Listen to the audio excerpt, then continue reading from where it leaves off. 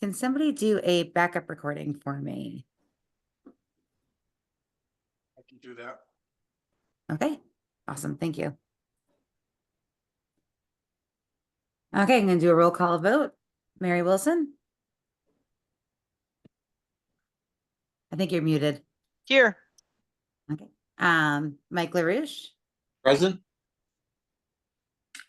Andrea Burnett? Here. Richard Bursch? Present. Teddy? Here.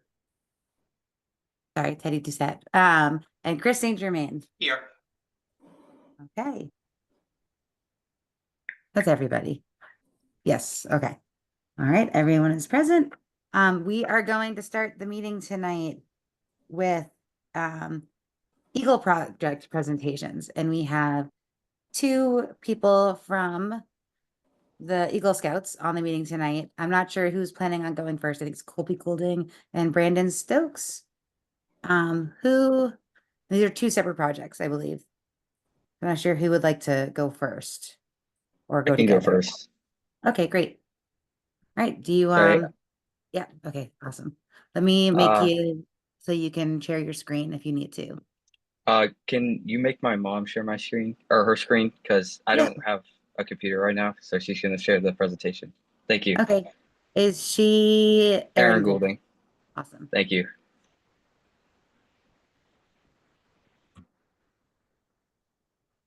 That so she can share her screen now.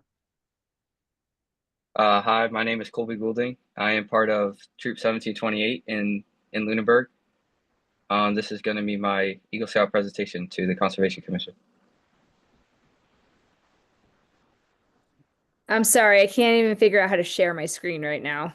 Okay, so at the bottom of the screen, you should see a arrow pointing up and underneath it says- Share.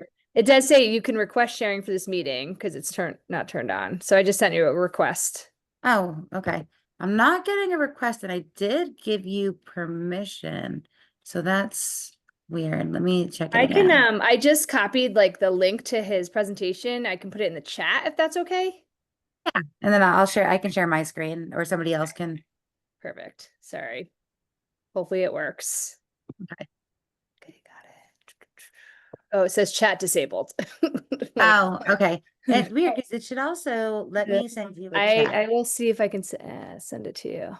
Oh, I might be able to send it right to you. Let me see. Hopefully that works. I'm There we sorry. go. I got it. Okay. All right, let me just share my screen.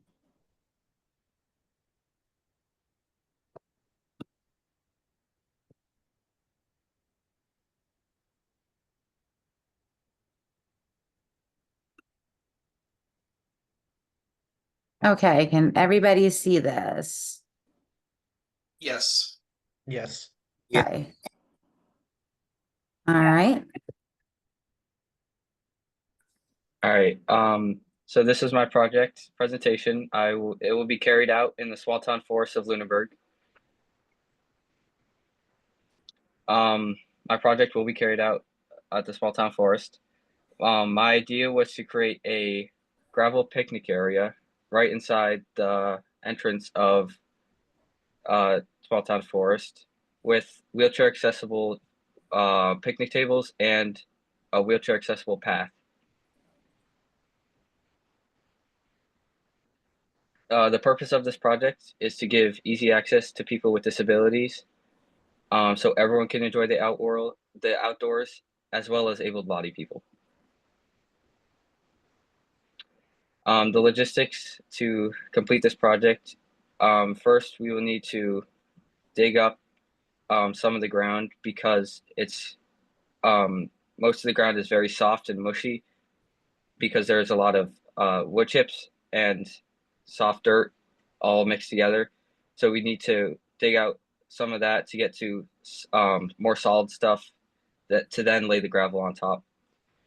We need to move all the logs and sticks out of the way that are in the area of this project, and the full estimated cost is around $400 or $500.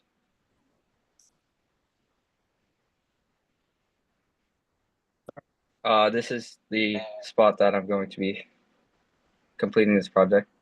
Do this red circle right here. Yep. And then this is it expanded a little bit? Yeah. Yep. Okay. This is the picnic table I will be creating. You can see that there's a little hang off towards the end. That is for wheelchairs to just that wheelchairs can just roll right up and um be a part of it. Awesome.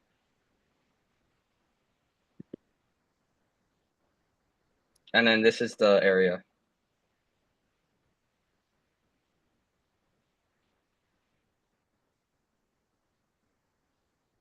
And I think, is that the end, it looks like? I think so. Okay. Would any of the commissioners like to ask any questions, or would you like me to go back to a slide? Oh, Mary has a question. Yeah. I think it's an awesome presentation, an awesome idea. One question I had, well, I had a couple of questions. Where is this relative to the trailhead that comes, forget if it's an orange trail that comes up from the Cowdrey? Is it right beside it or just before you get to it? Mary, I can answer that.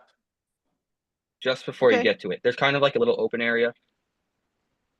Yeah, I'm pretty familiar with that area. I just, it's a huge open Yeah. area, and I wanted to know more where the 20 by 20 kind of Oh, footprint yeah, was so going to be. it would be kind of closer to where the parking lot is for Okay. Small Town Forest, like towards this area, not like pushed back farther along the yellow trail. Okay. And then your estimate for materials includes gravel, I think you said. Yes. And is that gravel just for the 20 by 20 area, or is it also to make the pathway? That also includes the pathway from the yellow trail to the area. And do you happen to recall what thickness, how high or deep the gravel is proposed to be? So there's a few areas that are deeper than others, but it's most of it's just 6 inches down Okay. is where the solid stuff is that the gravel would be placed on. Okay. Very good. Yeah, I think this is awesome. Thank you. No more questions you. for me. Chris, you had your hand up next. Yes. Are you doing all the prep of the gravel area by hand? You said you had to remove some material. I'm wondering how you're planning to do that. Do you need any, I mean, are you allowed to get help, like with a tractor, or are you just gonna do it by hand? I believe I am allowed to get help, but we do have a lot of scouts. So my plan was just to hand dig it, but Okay, I'd be willing to offer my tractor if you need that help. I have a small tractor with a loader. I can help scrape off that material and kind of lay it nice and flat for you to pour the gravel. So I could help if you'd be willing to take the help. yeah, that'd be great. Awesome, Chris.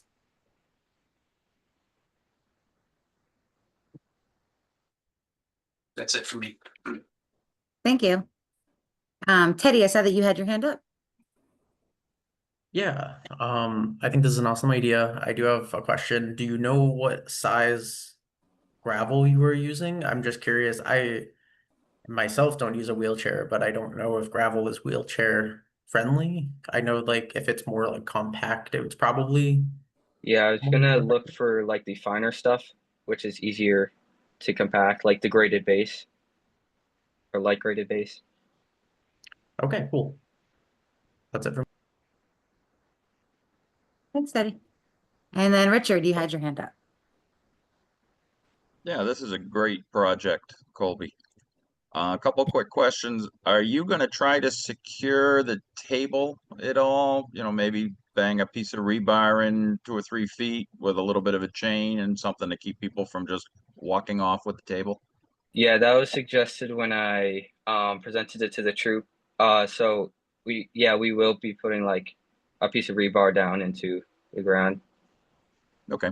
That was question one. Question two, are you going to put a plaque on the table saying this is an Eagle Scout project done by Colby Goulding of the Boy Scout troop? I was just gonna say I was gonna make a plaque, and I wouldn't. I was gonna say this is a Eagle project by Troop 1728, and then I would also list all the people who helped or all the companies or businesses who also donated or helped throughout this project. Okay, perfect. Any other signage are you proposing, or just the plaque recognizing the troop and the people that supplied the materials? Just the plaque. Okay. Perfect. No, this is a great project, and that's a beautiful spot. You can really sit there and see all sorts of wild animals and game and birds and everything else. So good project. Thank you very much. Thank you, Madam. Richard. Mary, I see you have your hand up again. Yeah, I had a follow-up question. The width of the path is proposed to be how wide, Colby? I believe 4 feet. I have to look into the code for wheelchairs again, but I believe it's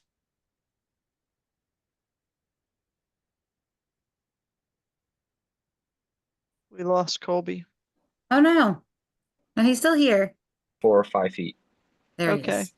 4 or 5 feet. The reason I'm asking is I was wondering how much, I mean, that seems like a lot of gravel and your cost estimate seems pretty low. So are you getting gravel donated or how is that happening? So I was already told, or I already talked to some people about the lumber. So the price is kind of just the gravel. Mm-hmm. The lumber I think I can get donated from like Lowe's or another local business, but If that falls through, you can come back to the commission and ask for funding for the picnic table as well. I was just thinking that the budget on the gravel might be a little bit lightweight.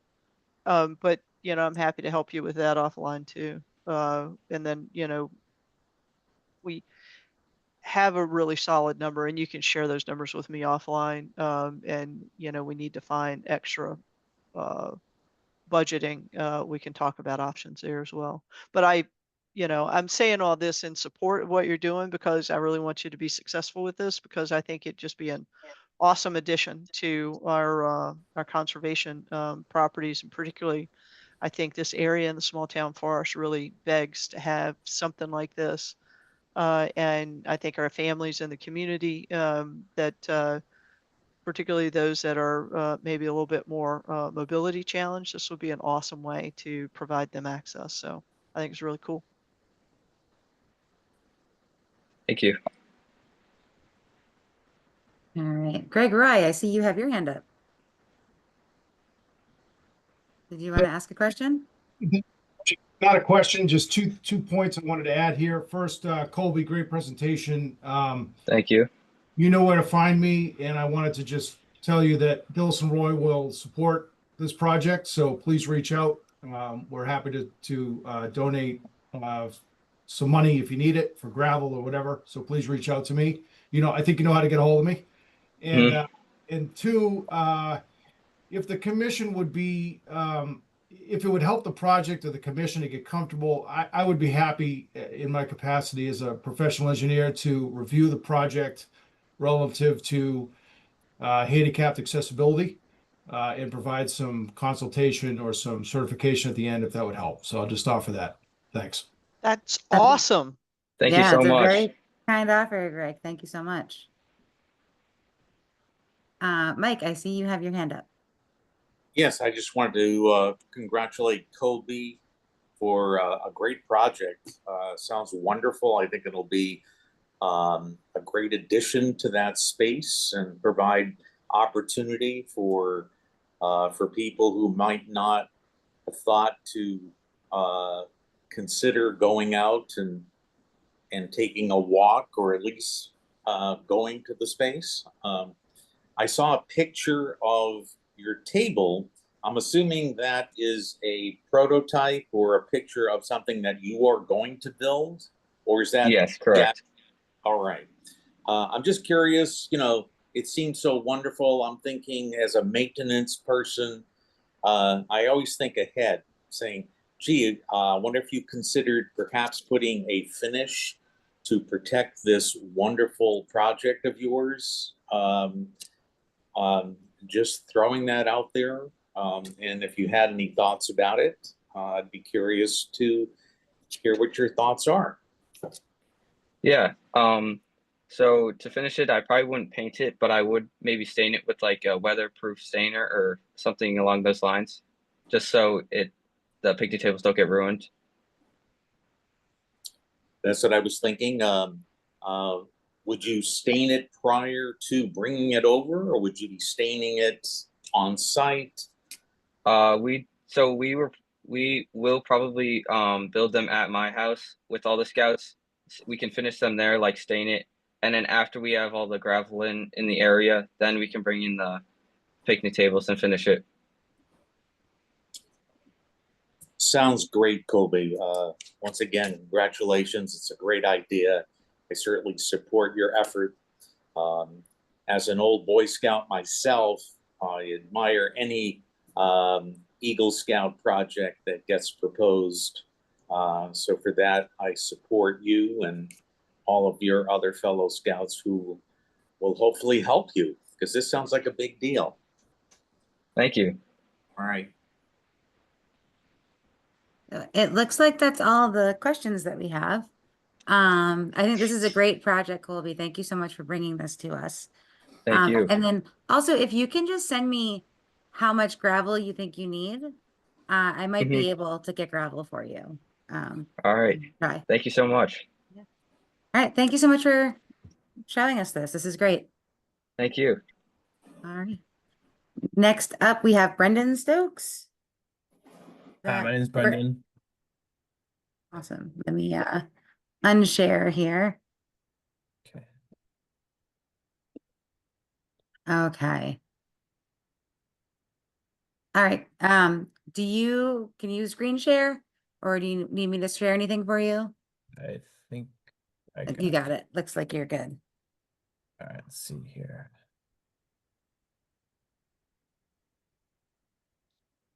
I don't know how to. All right. So this is my Eagle project. I will be building a kiosk for the new Reno conservation area. It's currently being built.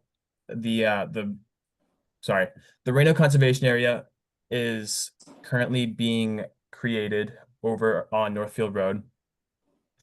And it'll be a new place for hikers, but it will also require some form of guidance like most of the other trails, like the Table Rock. You can see it's got a nice kiosk or trailhead that gives good guidance for trail hikers going through. While I'm at it, if needed, if the trails are complete enough, I will help also build or place the trail markers, because it'll need new trail markers to ensure visitors stay on the trails and don't damage the area. These trail markers will be similar to ones at Table Rock, which I pictured. This is a map I was given along with building instructions and the materials required for the kiosk. Then the costs, I went through the Home Depot website and got the cost together. So it'll cost around $321.31 for all the materials for the kiosk. Here's another map. This is what it looks like right now. And that is my presentation. Awesome. Thank you. This is great. Do we have any questions from members of the commission? Jenny, Madam Chair, I just have a comment to add. I don't really have a question. I've been involved in a lot of kiosk projects, and we certainly are missing a kiosk down at the Reno area. I don't know that we're going to have the parking area completed by the time that Brendan would complete this proposed kiosk. So, you know, maybe the final resting place of it, or the, you know, when he's done, maybe we want to put it closer to the road as a temporary measure. I think when we do get the parking area put in, it would be short work to move the kiosks from, you know, a temporary place that's more viewable by the road to a place that's more viewable by people that are parked in the area, just as a consideration. Okay, yeah, that's a good idea. Brendan, do you know when are these? I actually should have asked Colby this too. When is the projected completion date for these? So I'm hoping to finish before the end of August. Okay. If not by the end of August, it'll be early September, hopefully. Okay, awesome. Yeah. And then Mary, do we know, when are we looking at the parking lot in that area? Do we know? Probably 3 years out. Okay. Yeah, I kind of have a pencil planned with Bob to you know, start to submit a new grant proposal to Mass RTP like in January. You know, there's some work that we got to do to be able to get there, right? Including getting quotes and whatnot. But then that wouldn't be that grant. If we were awarded the grant, that would not be executed, you know, by contract until the following December. So we wouldn't be in a place to even start construction or really, you know, soliciting for final bids until 2027. Okay. All right, so a bit. A bit. Okay. Do we have any other questions from commissioners? Oh, Greg Roy, you have your hand up. Yeah, thanks, Madam Chair. Again, Brendan, thanks a lot for the presentation, and likewise here, please reach out. Jenny or the Conservation Commission can, or if you Colby has my contact information, please reach out. I'll be happy to support you financially, Dilson Roywood, in whatever you need for materials. So thanks very much for your presentation. Appreciate it. Thank you. Thank you so much, Greg. All right, do we have any other questions? Madam Chair, Yes. should we actually undertake a formal vote to approve these, Oh. or to Oh, yeah. consider approving them? Not to Yeah, that presume. sounds like a good idea. Should we do them individually or as a group? Does anyone have a? I think we could vote them as a combined. I don't think there's any Yeah. harm in that. Okay. So, oh, I would make a motion to approve both of these projects as proposed. So moved. Mike? okay, so I have Mary with the motion and Mike with the second. Roll call vote. Mary Wilson, Aye. Mike LaRouche, Aye. Andrew Burnett, Aye. Richard Bursch, Aye. Betty Doucette, Aye. Christine Germain, Aye. and I for myself. So approved unanimously. And then, are you both from the same troop? Colby and Brendan? Yes. Yeah. Yes. Okay, great. All right. And what troop number was that? 1728. Okay, perfect. Well, thank you so much for coming and presenting to us. These are both great. Thank you for Thank you. having us. Have a great Awesome night. job. Thank you. Have a good night. Have a good night. Thank you. Okay, let's move on to public comment. Comments are to be limited to 3 minutes and on a subject matter under the direct jurisdiction of the commission. Comments about current agenda items are to be made during the comment period of the specific agenda item. Please address all comments to the chair. Do we have any comment from members of the public?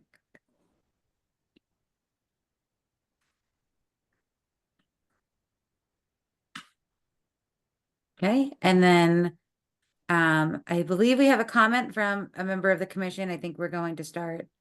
Maybe Mike, did you want to just give a plug to the pollinator habitat? Yes, Madam Chair. I was at their they're meeting on Saturday after our site walk, as some of our other members of our commission, which was I was certainly glad to see that participation. And one of the things that came up at that meeting, other than the wonderment of what the pollinator habitat is doing in our town, is that they may need some volunteers. They're looking for volunteers. And I know there's a couple of ways perhaps to reach out to the pollinator habitat. I think we talked a little bit about our QR code. Is it too early to talk about that as to, you know, if you're in any one of the other properties other than the pollinator habitat, you can always volunteer through those QR codes. Is that correct, Madam Chair? Mary sent me an updated sheet. I'm not sure, is that sheet live yet that shows the It's pollinator live. habitat? Awesome. So yeah, so Mary updated, so if you click the QR, if you scan a QR code, it goes to a sheet that she created and a Microsoft Google form, and the pollinator habitat is on there now as an option to volunteer. So if you're at any of our trails, most of our trails, and you click on the QR, scan the QR code. Is that right, Mary? I Yep, forget which that's one's right. there. Yeah, all of the existing kiosk except for 2 were updated with that QR code. And the form now has on there pollinator habitat, you know, general activities. And when somebody scans that, the form will log their, you know, contact information. I'm checking that form about once a week, and I'll forward it to Jenny, and I'll copy you, right, and probably Jenny Christina. Puther as well. When we get a volunteer raise their hand through that. Awesome. Thank you so much for taking care of that, Mary. Sure.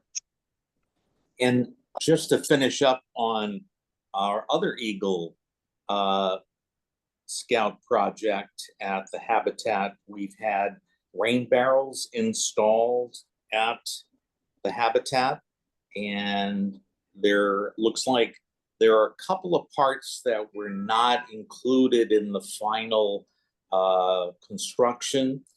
And I was looking to perhaps, and we're talking about the actual tote adapters, which are the adapters that you put on the 275-gallon rain barrel, so you can disperse the water through a hose. Those were not included. And I tried my best to see if Home Depot had them, and they unfortunately don't seem to. So I was just going ahead and take it upon myself to get 2 of these adapters. They're not expensive, and I'll get them through Amazon, just to let the commission know that, you know, we wanted to see the rain barrel project at the habitat completed, and this would certainly enable the rain barrel to, once it collects all the rain, one of which is on the smaller shed at the habitat with the gutter system that was cleverly installed and attached to a 275-gallon tote, I guess is how they call them. It has a shutoff, but it needed the adapter so you can attach hoses to it, so you can in turn fill smaller containers to bring water to the plants at the habitat. So, you know, we're talking 2 $15 items, and I'm going to take it upon myself to just get those for the habitat as part of my contribution to them. And also to thank Justin Harrison, who was the other Eagle Scout project, who not only constructed the one at the small shed, it was also 2 other places where rain collections are going to happen at the habitat.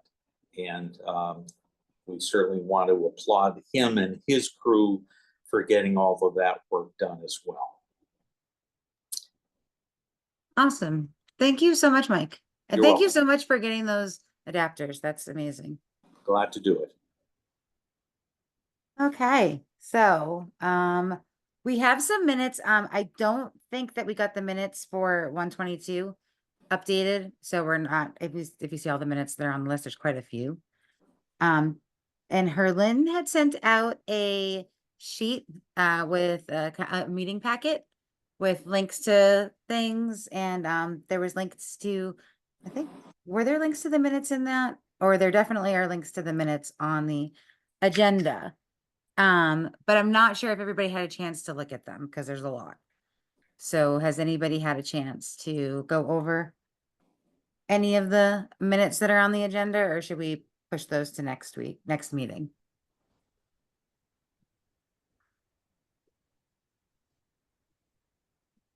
Richard. I did get a chance to go through, Madam Chair. Okay. The January, I think it was January 22nd. 22nd. I had a concern that it sounded like in the minutes we were memorializing what the engineer had said about his visit with the current administrator, but we don't have any notes or anything from the administrator. So I didn't Yeah. see any updates to those minutes. And there just were a number of spelling errors and things like that in the minutes. I know one of the big ones is we use silt fence, S-I-L-T, not silk fence, S-I-L-K. And Okay. so that was scattered throughout different minutes. So Okay. we want to just have a quick go through them. I have a feeling that might be the AI. Because I know that there's a combination, like the AI is recording the transcript, and then the people who are doing the minutes now are using the transcript to watching the video, but also using the transcript to kind of go along, because it's nice. The transcript will tell you who said what. So yeah, I will definitely talk to whomever did the minutes about that. So it sounds like we're not ready to approve any minutes right now. No, but I mean, the bodies of them, from what I read, were all fine. I had no other comments other than just some Scrivener's errors. Okay. Did anyone else have a chance to go through the minutes? Oh, you're muted, Mary. I've not had a chance to go through the minutes except for the one, January 22nd, mostly in reaction to Rich's comments, and I agree wholeheartedly with the concern there about the engineers' comments regarding the administrators that have been there at the time. So that definitely needs to be trued up. Yeah, I'll try to look at those over the next 2 weeks. So, in the future, Michael is going to be sending the minutes out as he does them. It's just been, I think he's been playing catch up, so he hasn't had a chance to send them out. So you should start seeing them, I believe, in your email is what Michael's plan is soon. And then we'll get all these ones sent out if people don't know how to get to them from the agenda. And then we'll talk about it next time. All right, so I'm gonna move on to new public hearings.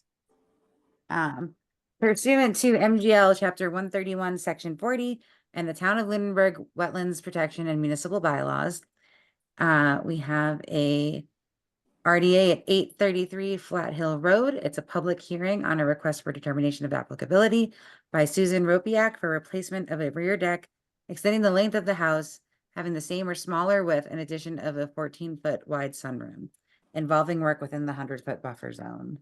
And I do see the applicant is on with us.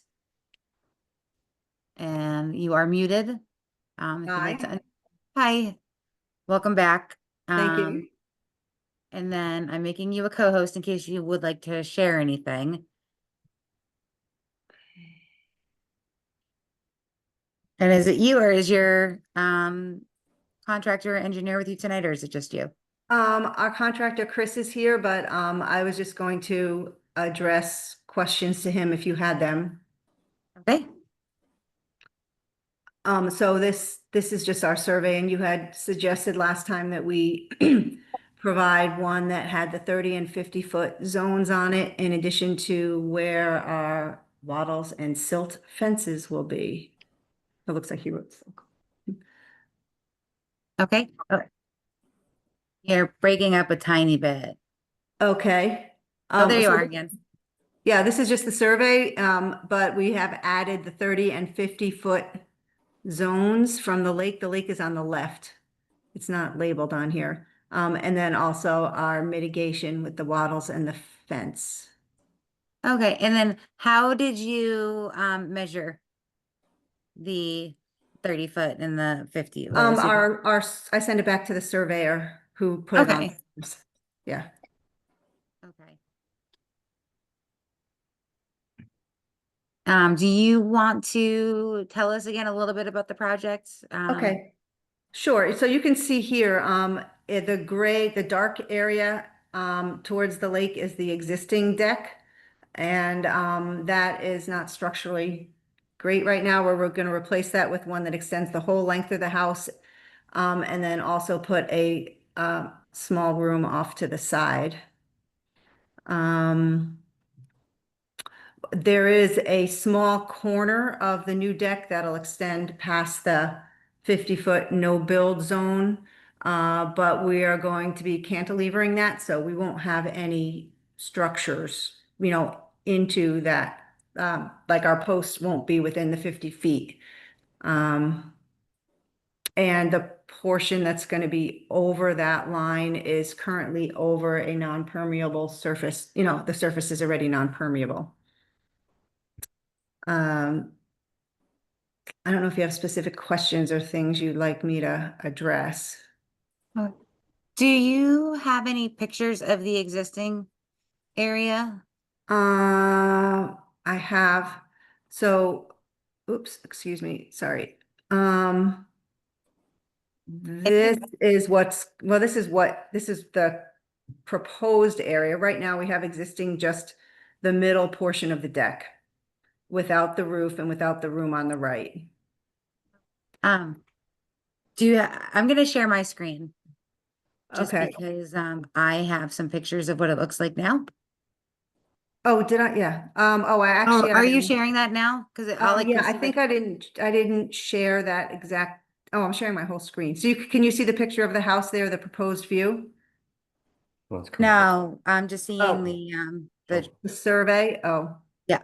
So, okay, because I didn't switch this, I have to stop sharing this maybe, and then go back and share the other thing. So I guess so this is the proposed, which it kind of includes what we have already. So the mid portion of the new deck is where the existing deck is, and we're going to add a little bit further along the end with the room and further to the other end. So we're going to extend, right now it's in the middle, we're going to extend it out to both ends of the house, add the small roof in the middle, and then add this room off the side. I do have the engineering design I could pull up if you want me to. that would be great. Okay. So where's my I don't know where here it is. How do I share this? Same one. Share. But it's not up. I can't see. It's not open. Oh, here, I can go like this. No, I'm not share. Oh, share that. Oh, no, that's sharing. That's sorry. That's sharing with. I'll try to share. Yep. I apologize.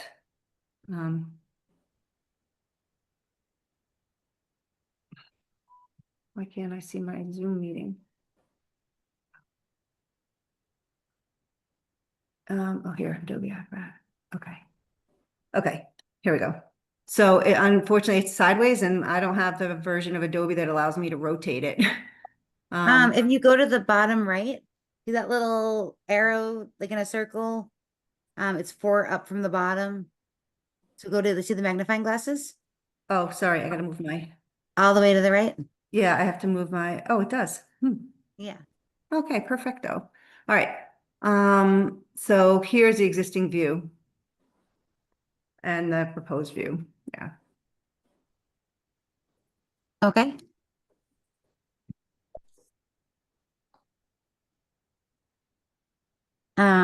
And then I'm just gonna share my screen because I have some pictures of the property. And is that all you have to present or tell us? I mean, I have some other things if you have specific questions, but I'd rather have you show us what you have. Okay, let's see. While I'm pulling my pictures up, do we have any questions from members of the commission?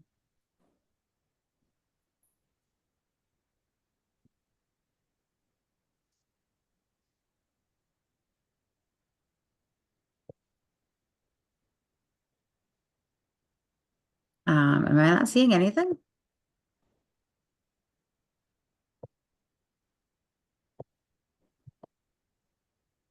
Okay.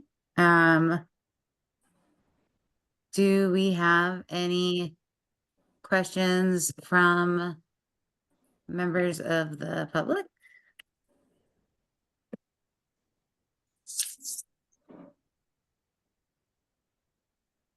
It does not look like it. All right, I'm just getting up these pictures that I took so that I can share them with the commission.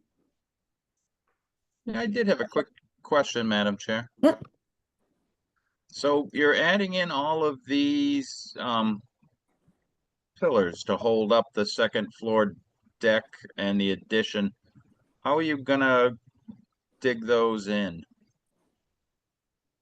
Are you just gonna bore each one? Are they coming in with a backhoe and digging up all of the pavers that are under there currently? How are we doing this? That's a good question. I'm wondering, Chris, can you hear us? I know we have Yes. engineering. Okay, go ahead. I can hear you. We're gonna bring, I'm either gonna come in with a mini excavator or we're gonna hand dig them. It all depends. If they're all big feats, I'm probably gonna come in with a mini excavator. A very small one, like a 6,000 pound excavator. Okay, so you're gonna be putting the pavers and the bottom patio back in place? Yeah, when we're all done, they'll end up getting put back in around all the columns and everything. Okay. And are we expanding the paver patio underneath the entire area of the deck and the addition? No, we're not. Okay, so we're gonna leave the stone and things like that as we go further along the house and around the corner? Yeah, and there's also, you can see by that, the chair sort of towards the bottom of the left, behind that, there's a garden area. So that's dirt back there. So that's gonna stay dirt. Okay. Yeah, so it looks like the pavers go, and then I'm looking at some of the other pictures you submitted. There's a 4-foot fence around the side of the house, and that's where the addition's going, so just that gravel's gonna stay all through there. Yes. Okay. All right, thank you, Madam Chair. Yeah. Okay, and then where will your dumpster be going for your staging area? I have a dump trailer I'll be bringing in. It'll be going all the way on the right-hand side of the driveway. So it'll be past that bench that you see on the bottom left. It'll be Yeah. out that ways to the driveway. Okay. Okay, do we have any other questions from members of the commission? Doesn't look like it. Okay, I guess at this point I'd be looking for a motion.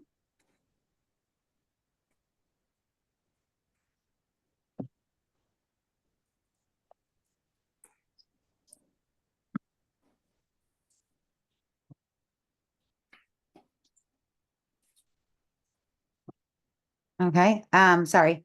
Well, I would be looking for a determination. Either a negative or positive. Mary, I think your headset is muted.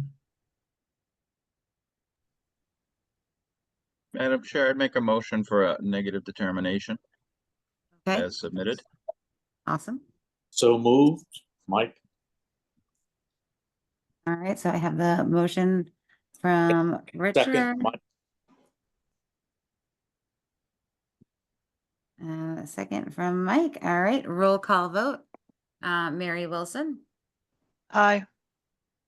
Mike LaRouche, Aye. Andrew Burnett, Aye. Richard Bursch, Aye. Teddy Doucette, Aye. Chris St. Germain, Aye. and an aye for myself. And so just so you know, a negative determination is an approval. So Okay, great, yeah. thank you. Okay, just so Thanks. you are all set. Appreciate the And clarification too. say it again. I appreciate the clarification also. I know it is a little weird verbiage. Okay. All right, well we're all set. So have a good night. Okay, thank you. Thanks. Bye-bye. Bye-bye. Thank you. Okay, moving on to 225 Island Road. We have a notice of intent it's a public hearing, notice of intent by Thomas Bertram for the removal of 2 oak trees next to a house. His house, remove portion of dwelling and install addition and structural renovations. Do we have the applicant? Looks like the applicant is here. Let me make you a co-host in case you would like to share anything. Hello. Okay, do you have anything you'd like to share with us, or you want to go over your project? Yep, yeah, I can share my screen. Awesome.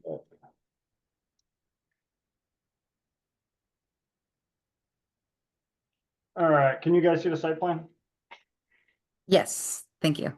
All right, so yeah, this is a site plan. I live on Hickory Hills. I have water here. It kind of goes around my property. So I currently have a house that is very close to the wetland with a deck in it. I'm sorry, it keeps popping up. So you can see the existing deck in red. I'm going to take that out and replace it with a patio. Currently it's an L shape and it kind of jogs out into the 30-foot buffer. I'm going to, instead of having it jog out, just have it go straight across. And I'm going to replace the deck with a patio. And then I'm going to add a garage that goes, away from the lake. And above that, I'll put a second story and I'll have a master bedroom up there.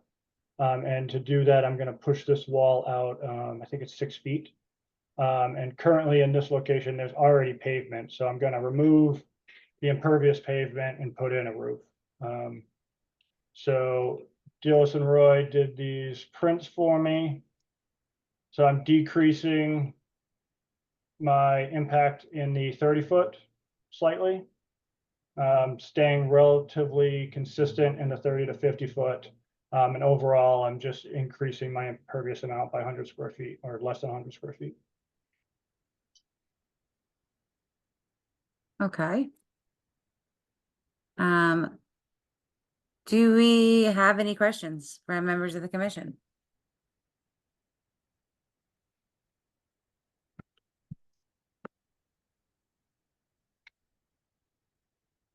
Did you mention you're removing trees as well? Yeah, so there's 2 big oak trees right here that are very close to my house. So these 2 will come out. I had actually received permission to remove those in the past, but I think that's expired. And they do kind of lean over the house, but they're huge. So I'm gonna need to bring a crane in to get those trees out.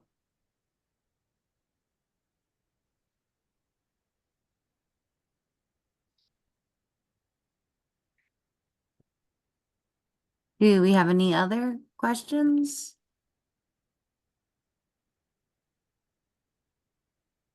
Do we have any questions from members of the public? Richard Bursch. Thanks, Madam Chair. A couple quick questions. I'm not in the area. Has a sidewalk been done on the site? Yes, we went out on Saturday. Okay. Um, And the- can you give us a description of the site walk that you had? Yeah, so we were on site. The flags all looked like they were in place, and there's a driveway. It looks the structure is going where the driveway is going to be. It looks like everything is basically in almost the same footprint but in a slightly different area. Those trees do look healthy, but they are close to the house. The plan looks good. They have their erosion controls in place, and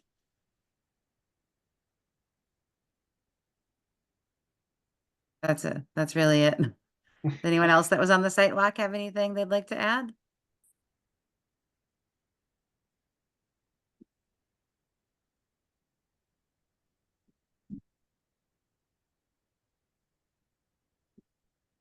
Doesn't seem like it.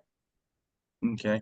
And Oh, it did Mary's look like, raising her hand. and it looked like DEP had a bunch of questions on the submission as well. And has the engineer addressed any of those? Yeah, we addressed all those and I put all the comments in the application.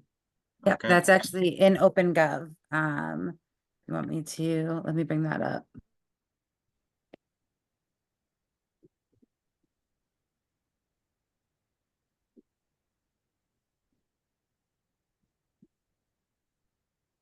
Is Dillis and Roy here for this tonight, or?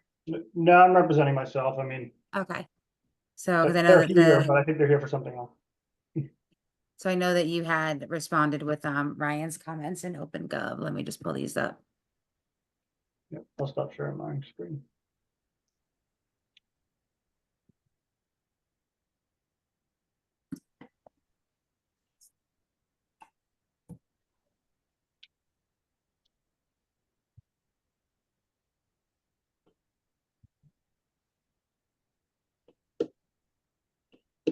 Yeah.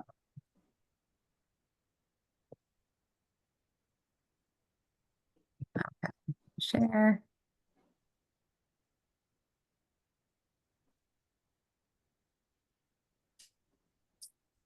Okay, so DEP comments are when and how was the mean annual high water line from the riverfront area as measured per 310 CMR and BVW delineated. And then there is a delineation report in OpenGov. And then Ryan said the attached wetland delineation report addresses our means and methods for determining the wetland boundaries on and adjacent to your property. The standards for redevelopment of the riverfront area are below. Here are brief responses below. Let me go over the other questions and then read that. Number 2, the site plan includes a table titled Riverfront Area Alteration Summary, which provides riverfront area alteration values and indicates that proposed activities are located only within existing degraded area. Noting that it does appear that proposed work is located within existing degraded areas, the applicant should provide a narrative describing how the proposed work meets riverfront area performance standards for redevelopment that found in 310 CMR 10.58.5. What is the square footage of the proposed block retaining wall and calculations provided on the site plan? Where erosion control should be extended to enclose the area where pavement removal and the house addition are proposed. And that is on there. All additional information should be submitted to Mass DEP and the commission. So here are brief responses below. The proposed project will increase the setback from the existing structures to the edge of Hickory Hills Lake, will replace paved driveway with roof area, and occur entirely within existing degraded areas. As such, the proposed project is not likely to have any adverse impact to the riverfront area on the property. Proposed project as a single-family home is not subject to the Massachusetts stormwater standards. Given the minor increase in impervious area on the site, which is less than 70 square feet, and the sandy nature of the underlying soils, the proposed project is not likely to generate any significant increase in surface runoff. All proposed work will be located greater than 100 feet from the Mulpus Brook and entirely within existing degraded areas. Proposed project is located with an increased setback to the Mulpus Brook compared to existing conditions. The edge of the existing pavement to be removed is approximately 135.5 feet away from the Mulpus Brook. And proposed retaining wall is approximately 136 feet away from the Mulpus Brook. Proposed project will occur entirely within existing disturbed and degraded portions of the site. The block retaining wall was included in my disturbance calculations. Revised site plan attached showing the extended erosion control barrier.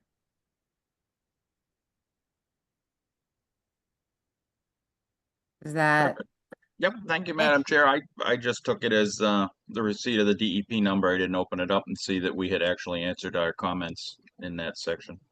oh, that was a great question. Thank you. Yeah, so That's that's good for us good to to go see over that this now stuff. we have it and memorialized moving forward. Absolutely. Do we have any other questions from members of the commission?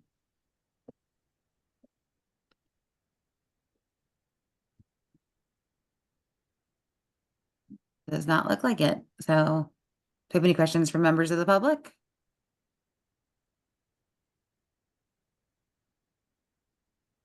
The only other question I did have on the, and I'm just looking on the plan here, trying to blow it up.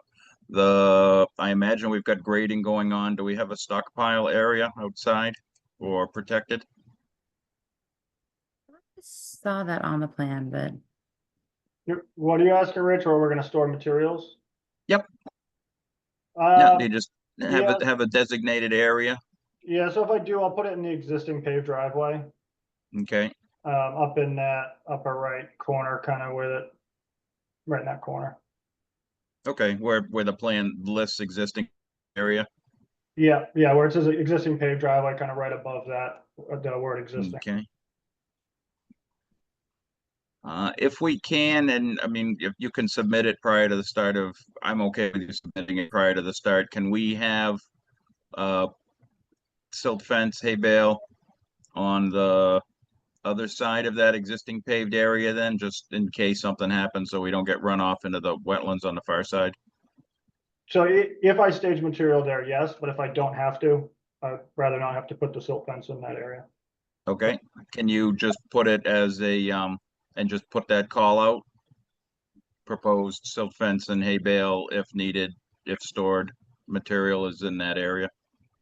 Yeah, yeah, that's fair. Okay. Will that be in the comments on my approval? Yeah, we'll put that in because we don't have it submitted today. If the commission goes along with approving it in lieu and waiting for the plan to have that in it, which I don't have a problem with. When are you looking to start, Tom? Soon as I get approval from you guys. Okay,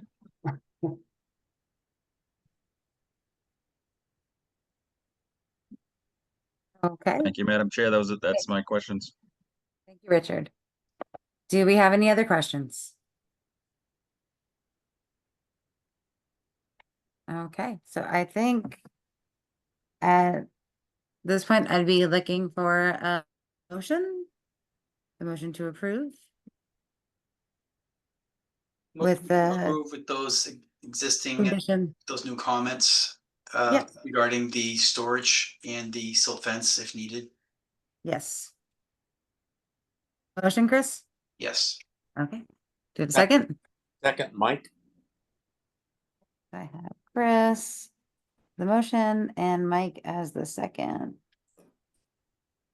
All right, roll call vote. Mary Wilson, Aye. Mike LaRouche, Aye. Andrea Burnett, Aye. Richard Bursch, All right, Teddy Doucette, Aye. Chris St. Germain, Aye. and I for myself. All right, motion to approve with condition of if there is a staging area, a silt fence will be added to the plans. Thank you. All right, thanks so much. Have a great night. You too. All right, moving on to continued public hearings. We have a public hearing on a request for determination of applicability by Melissa Canavino for the renovation of patio, stairs, and walkway within the 50-foot buffer zone of Hickory Hills Lake. Oh, I see we have Ryan Proctor. Are you here for the applicant? Yes. Okay, great. Let me make you a co-host. In case you want to share anything. Okay. All right. I will pull up the site plan here.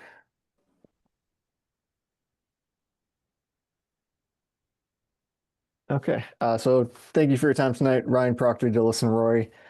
We were contracted by Jared Crowley and Melissa Canavino for their ongoing project at 67 Island Road. I know there's been several meetings of back and forth with the commission and discussion, but for the benefit of the new members and the public, the owners had filed a request for determination of applicability as an after-the-fact filing in response to a violation notice that was received. There was construction of a small retaining wall, a paver walkway, and a deck within the 30-foot no disturb zone and 50-foot no build zone. So there was several meetings of discussions with just the commission and the owners, and then eventually Dillis and Roy was contracted to update the existing conditions survey at the site to document the work that has been done and its relation to the lake and the buffer zones and the wetland offset. And prepare a site plan providing some sort of remediation or replication for the work that was done. So that's what we submitted. I submitted it early this morning to the OpenGov portal, the RDA. I apologize for the late submission, but I'll just go quickly through the site plan and then briefly through the cover letter that I submitted as well. So as I just mentioned, the primary intent of this site plan was to clearly depict the work that has been done on site. I know there was I've watched several of the meetings that this was discussed, and there was some ambiguity on how far it was off the water, the actual impacts to the wetland offsets, and so forth. So the first thing that this plan does is clearly depict the work that's done. So again, the proposed deck is shown in this, I can highlight it here, in this dark black line. So this is the as-built deck as it stands today with the stairs, the walkway in front of that, and then the short retaining wall is in front of that still. And that is approximately 17.6 feet off of the edge of Hickory Hills Lake, which is on the bottom of our plan.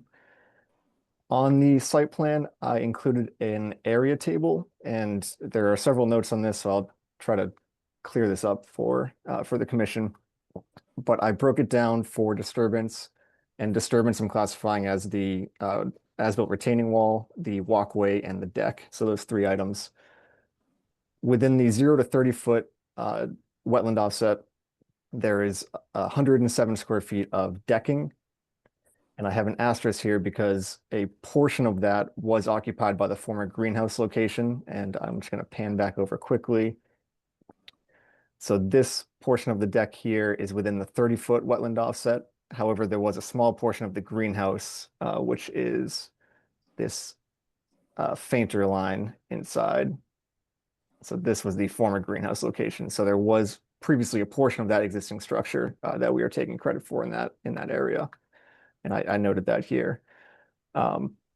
71 square feet of retaining wall. That is entirely new retaining wall. And then the paver walkway is 145 square feet within the 30-foot wetland offset.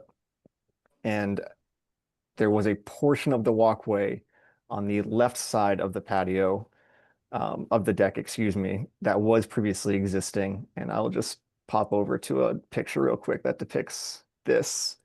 So this is the area I'm talking about that we are taking credit for in that area calculation. And then lastly, we did the same thing for the 50. A majority of the deck, as I mentioned, was installed over that existing greenhouse location that we had previously located. So the increase in disturbance within the 50-foot wetland offset is limited to 5 square feet. So I'm throwing out numbers here, but basically what it boils down to is the new disturbance from the existing conditions as the site is today of these structures, the retaining wall, the paver patio, and the deck is 246 square feet. So that is new disturbance, retaining wall, walkway, and deck within the 50-foot wetland offset. At the, I think it was the March 6th meeting, there was discussions about providing some partial removal of what was constructed and additionally looking at some options of revegetating specifically the 30-foot no disturb zone. So that is also what we've included on this plan. So first and foremost, the applicants, and I think they discussed this at the last meeting. I believe I've watched all of them, but I may have missed one. They are proposing to remove a portion of the walkway and retaining wall within the 30-foot no disturb equal to 47 square feet. So that would bring, we had 246 square feet of disturbance of new structures within the buffer. So that would bring that to about 200 square feet. And then to provide mitigation for that 200 square feet, we're proposing to install 370 square feet worth of landscaping and native shrubbery within that 30-foot no disturb zone. So I'll just walk through those three areas. First, along the shoreline specifically, we're proposing to reclaim what has been used as a beach area. We have 102 square feet of that beach area that we're proposing to repurpose as landscaping. We have some obligate wetland species from New England wetland plants, some native species there to stabilize that shoreline and again, reclaim what has been used as beach for several years. A second area would be in front of the as-built retaining wall. This would be about 157 square feet. Again, native species in front of that to provide some stabilization, a buffer, a vegetated buffer between the wall and the edge of the water to help provide some stabilization, absorption of stormwater runoff, all the functionality that the 30-foot no disturb zone is there for. And then lastly, on the right side of the site, adjacent to an existing tree line, we're proposing in a third landscape area that would be just over 100 square feet. Again, with native species to reclaim some of that area that has been lawn area for several years. So altogether, the ratio of landscape area to disturbance within the 30-foot is about 1.8. So we are proposing to replicate close to 2 to 1 of the disturbance with those three structures that I've been talking about. So I know that's very long-winded. I threw a lot of numbers out there, so I think I will stop there. If there are any questions, comments, or thoughts from the commission, I would be happy to take them. Okay, thank you, Ryan. So it looks like there's nothing here that is indicative of removing anything from the deck. This is entirely trying to mitigate through plantings. That's correct. Yeah, the removal is limited to the proposed removal is limited to the paver walkway and retaining wall. And actually, Madam Chair, if it'd be helpful, I can share one more photo that I'm not sure if it's been presented to the commission yet. This photo, I know we've seen iterations of this at meetings and I've seen it presented, but this was the previous greenhouse.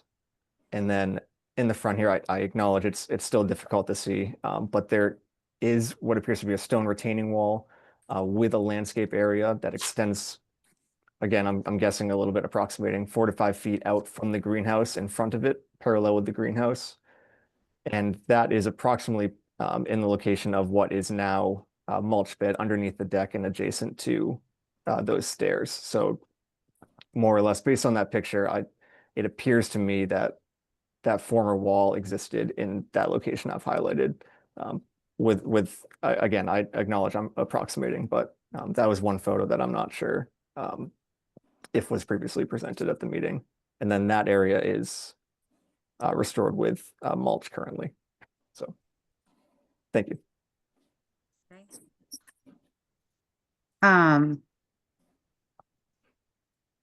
Do we have any questions from Chris Ingerman? Yeah, I just want to say that I always felt when they were presenting that this is what they were trying to say, but until Dillis and Roy came in and kind of had a more of an architectural number, I understood that what they had done and what they were trying to say. And I also like the aggressive way of them trying to offset the issue with the plantings. So I'm happy with the presentation. That's all I wanted to say. Okay, thanks, Chris. Do we have any questions from any other members of the commission?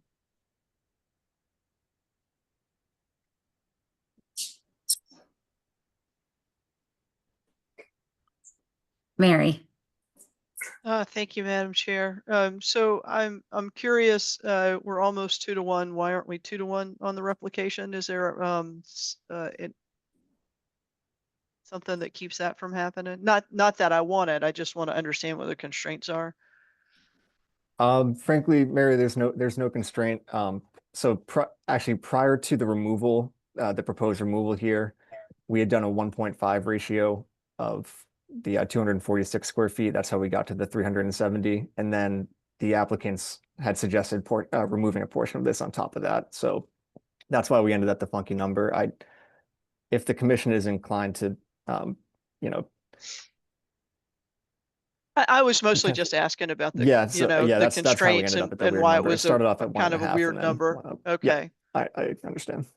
Yeah, thank you for that clarification. And then if the commission, Madam Chair, if the commission decides to move forward with this, the thing that I would ask you and my fellow commissioners to consider is time constraints. I think normally, at least in my experience in dealing with retroactive violations or even, remedies of violations, we often don't put a time constraint on the corrective action. And I think that that's a best practice moving forward. We should try to put a time constraint on remediation, just as, one person's opinion. And then, just in terms of this, I appreciate the applicants, going to the extreme of getting a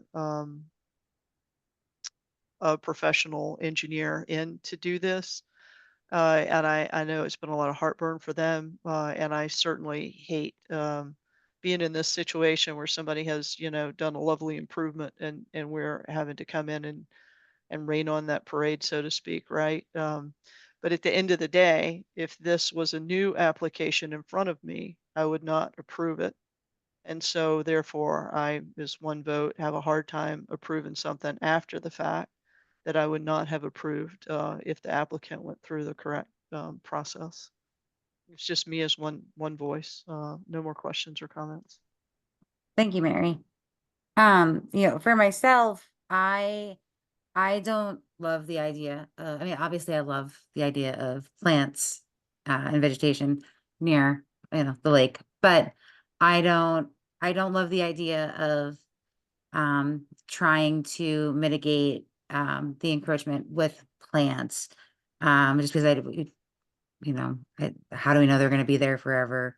And also I don't know that if say we do allow this to stay as it is, then the next person who comes and asks for forgiveness, are we going to do the same thing? I don't think that this would be the best way to go about this, but that's just me as one commissioner.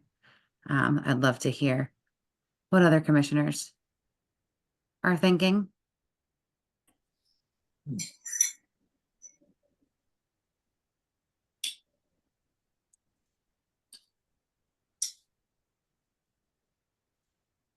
Chris St. Germain. Yeah, I agree about the, setting the precedent. However, I also do see how most of their work was within the existing, what they had before. I'm not saying, they should have filed, but for this project, just this project, I feel that the new work is close to what the old one was, even to that old picture where they showed the garden section in front. But just to reiterate, I do agree that they should have come to us first, but I think they've made a really good effort to try to mitigate the issue. So that's all I want to say. Thanks, Chris. So I don't agree though that they're really close to the footprint based on those pictures that I showed in the last meeting, and I'm going to share my screen again.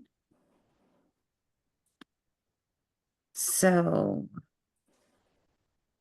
if we look at this picture from when Matt Morrow was out, I believe that this was sometime in 2018-ish.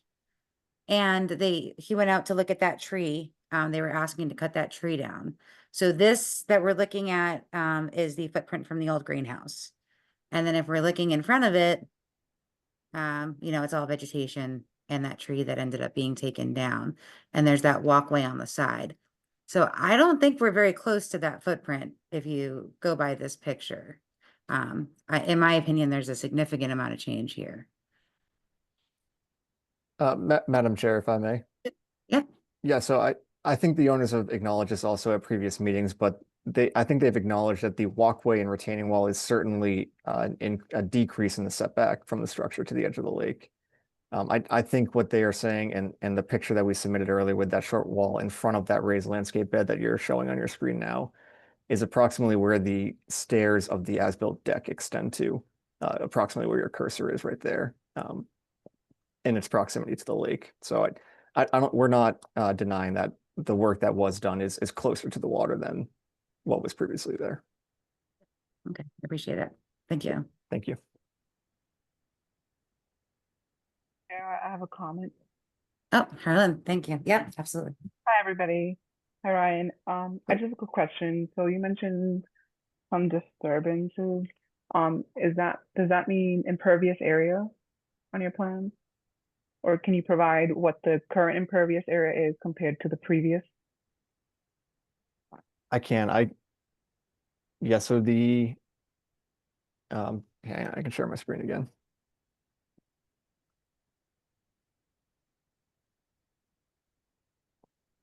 So essentially the increase in area, and this is just within the 50-foot wetland offset, the increase is 246 square feet total between the 30 and the 50.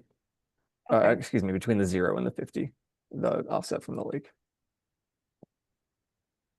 Okay, thanks. I'm not familiar with this violation or project, and I wanted to get the feel for what was really happening here. Okay, understood. Thanks. Yep, you're welcome.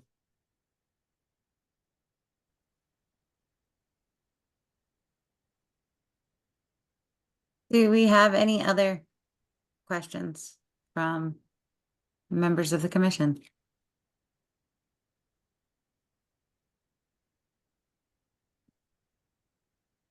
All right, do we have any questions from members of the public? I don't think we have any.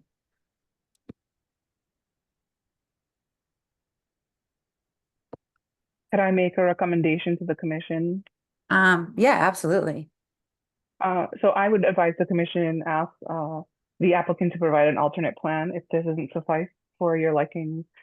There isn't an excessive amount of impervious area in the buffer zone, and I'm not sure if this remediation with the plantings and the removal of I'm just trying to find the plan again. I think it's the little area that's being removed is 47 square feet. It would be my suggestion that the applicant provide an alternate plan for this. And when you say an alternate plan, do you mean an alternate plan where there is less encroachment in the 30-foot? Yeah, something completely different. If they can provide an alternate to maybe removing more, depending on what the commission agrees. If you like to see different plantings, I think that would be a great suggestion. More planting, maybe removal of more impervious area. I know that the applicant probably, I think Mary said it looked really nice at one point, but I don't know how comfortable everybody feels with this. So a good idea is to have them provide another plan showing a different scenario, so that you guys can kind of compare the two and see which one you want to go with. Yeah, that's a great idea. Thank you, Harlan. You're welcome.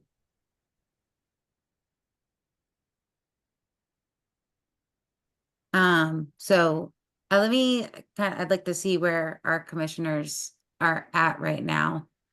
So do a little straw poll, maybe. Mary, how are you looking at this?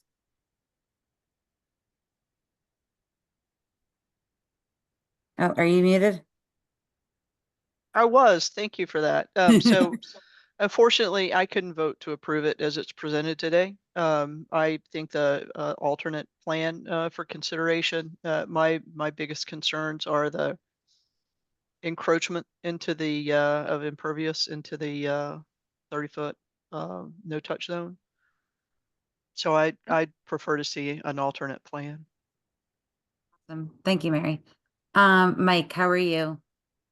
Yeah, I sort of concur with Mary and Herlin that would be great to have an alternative plan for this project. I would feel more comfortable knowing that there was another suggestion other than having to rely on this plan, although very well done. Certainly just, I don't know, requires, in my opinion, and it sounds like some of our other opinions of the commissioners, that it would be nice to be able to have an alternative plan to look at. Thank you so much, Mike. Richard, can I get your thinking on this, please? Yep, thank you, Madam Chair. You know, I am happy that they came forth with some remediation, because that was one of the ideas that I had. Getting rid of, they did get rid of 47 square feet of the walkway. I do agree that this is a first draft, and we certainly are within our rights to ask for more remediation and possibly getting rid of more of the walkway, or even maybe redesigning the grading and eliminating the wall.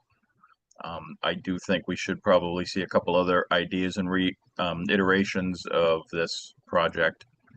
But I am happy that they did move forward and did take to heart starting to get rid of some of the impervious area that they did add in the 30-foot and adding the remediation. So that is a great first step. So, but I do agree that it should be looked at heavily, because it does, to your point, it does open us up to the next person that decides that I'm gonna ask for forgiveness rather than permission. So we really do need to stand firm as best we can and come up with the best project that we can with as little disturbance in those areas as possible. So thank you. Thank you, Richard. And Chris, I know you've given, okay, I would just love to hear your thinking again, just so I. Yeah, Chris. yeah, I'm probably the one person that is probably, I don't know, I just I feel that they've you know, and I'm basing this off of Ryan's pictures. I just feel that the way he's presented it, it's the violation is not as bad as we originally saw. Apparently I'm not seeing it as the rest of the group, but I would be okay to prove this based on what they've done. But the fact that we have the ability to ask for another plan is fine with me also. Okay, thank you, Chris. And then Andrea and Teddy, although you weren't here, so you wouldn't be able to vote on this, I won't put you on the spot, but if you have anything you wanted to add, I'd be happy to hear it. And if not, that's fine too. Nothing at this time. Okay. Andrew? I would like to say that an alternative plan would be welcome in my view. Thank you. Thank you. Okay, and then for me, I would definitely like to see an alternative plan. I would like to see no encroachment into the 30-foot. I'd like to see, you know, this the way that it was supposed to be done on my end, but I would love to see some alternatives. Okay, I understand. I appreciate all the feedback. I don't want to take too much of your time, mostly because my boss is presenting the one after him after this meeting, and I don't want him to be here too late. But could I just throw out one suggestion or a potential option for discussion purposes? Sure. The owners and I have discussed, I think this was talked about and maybe recommended at one of the original meetings, but potentially leaving the retaining wall, but removing a portion of the paver walkway. The owner's main concern, and I know they've made this clear at previous meetings, is having to reconstruct these stairs in particular.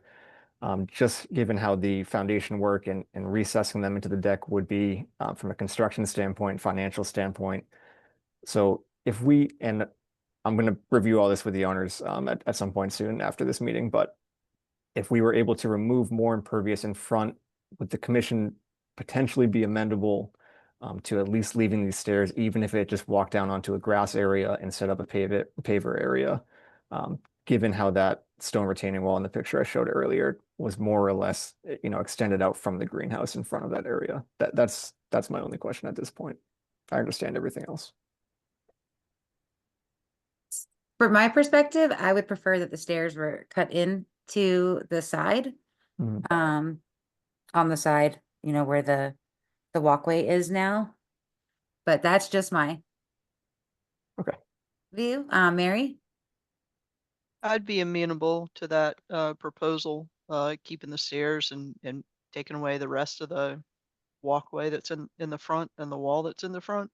With the understanding from and validation from Ryan's photos that the portion of the walkway that's going, oriented going towards the lake, some portion of that was there. If we drew everything back to that and the stairs was the only thing, and the stairs are, a pervious surface, I'd be a lot happier with that. Thank you, Mary. Do we have anyone else in the commission who'd like to chime in on that?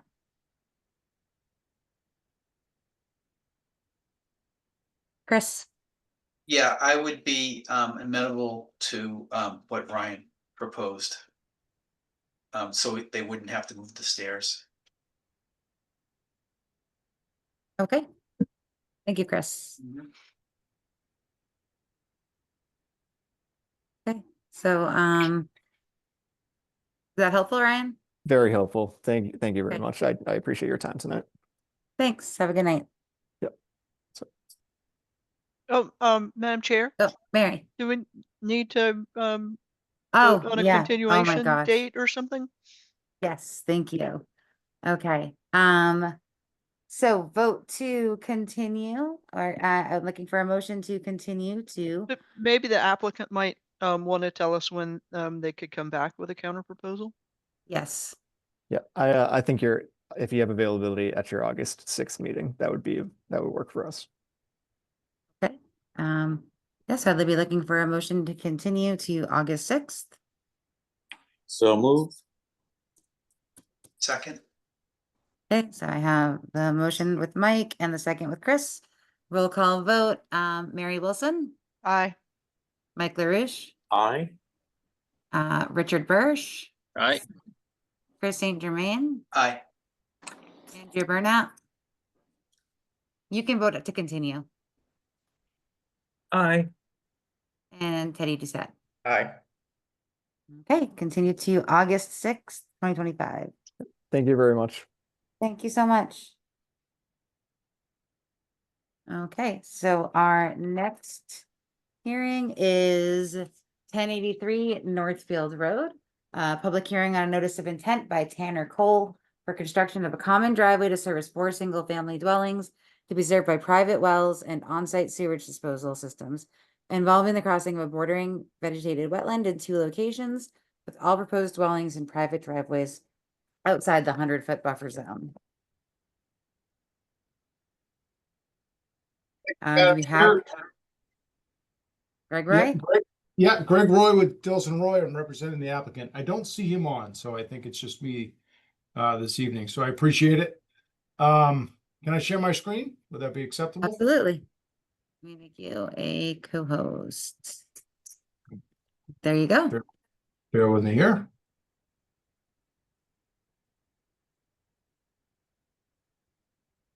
Okay, how's that? Can you see that? I can see it. There you go. There it is. Okay, perfect.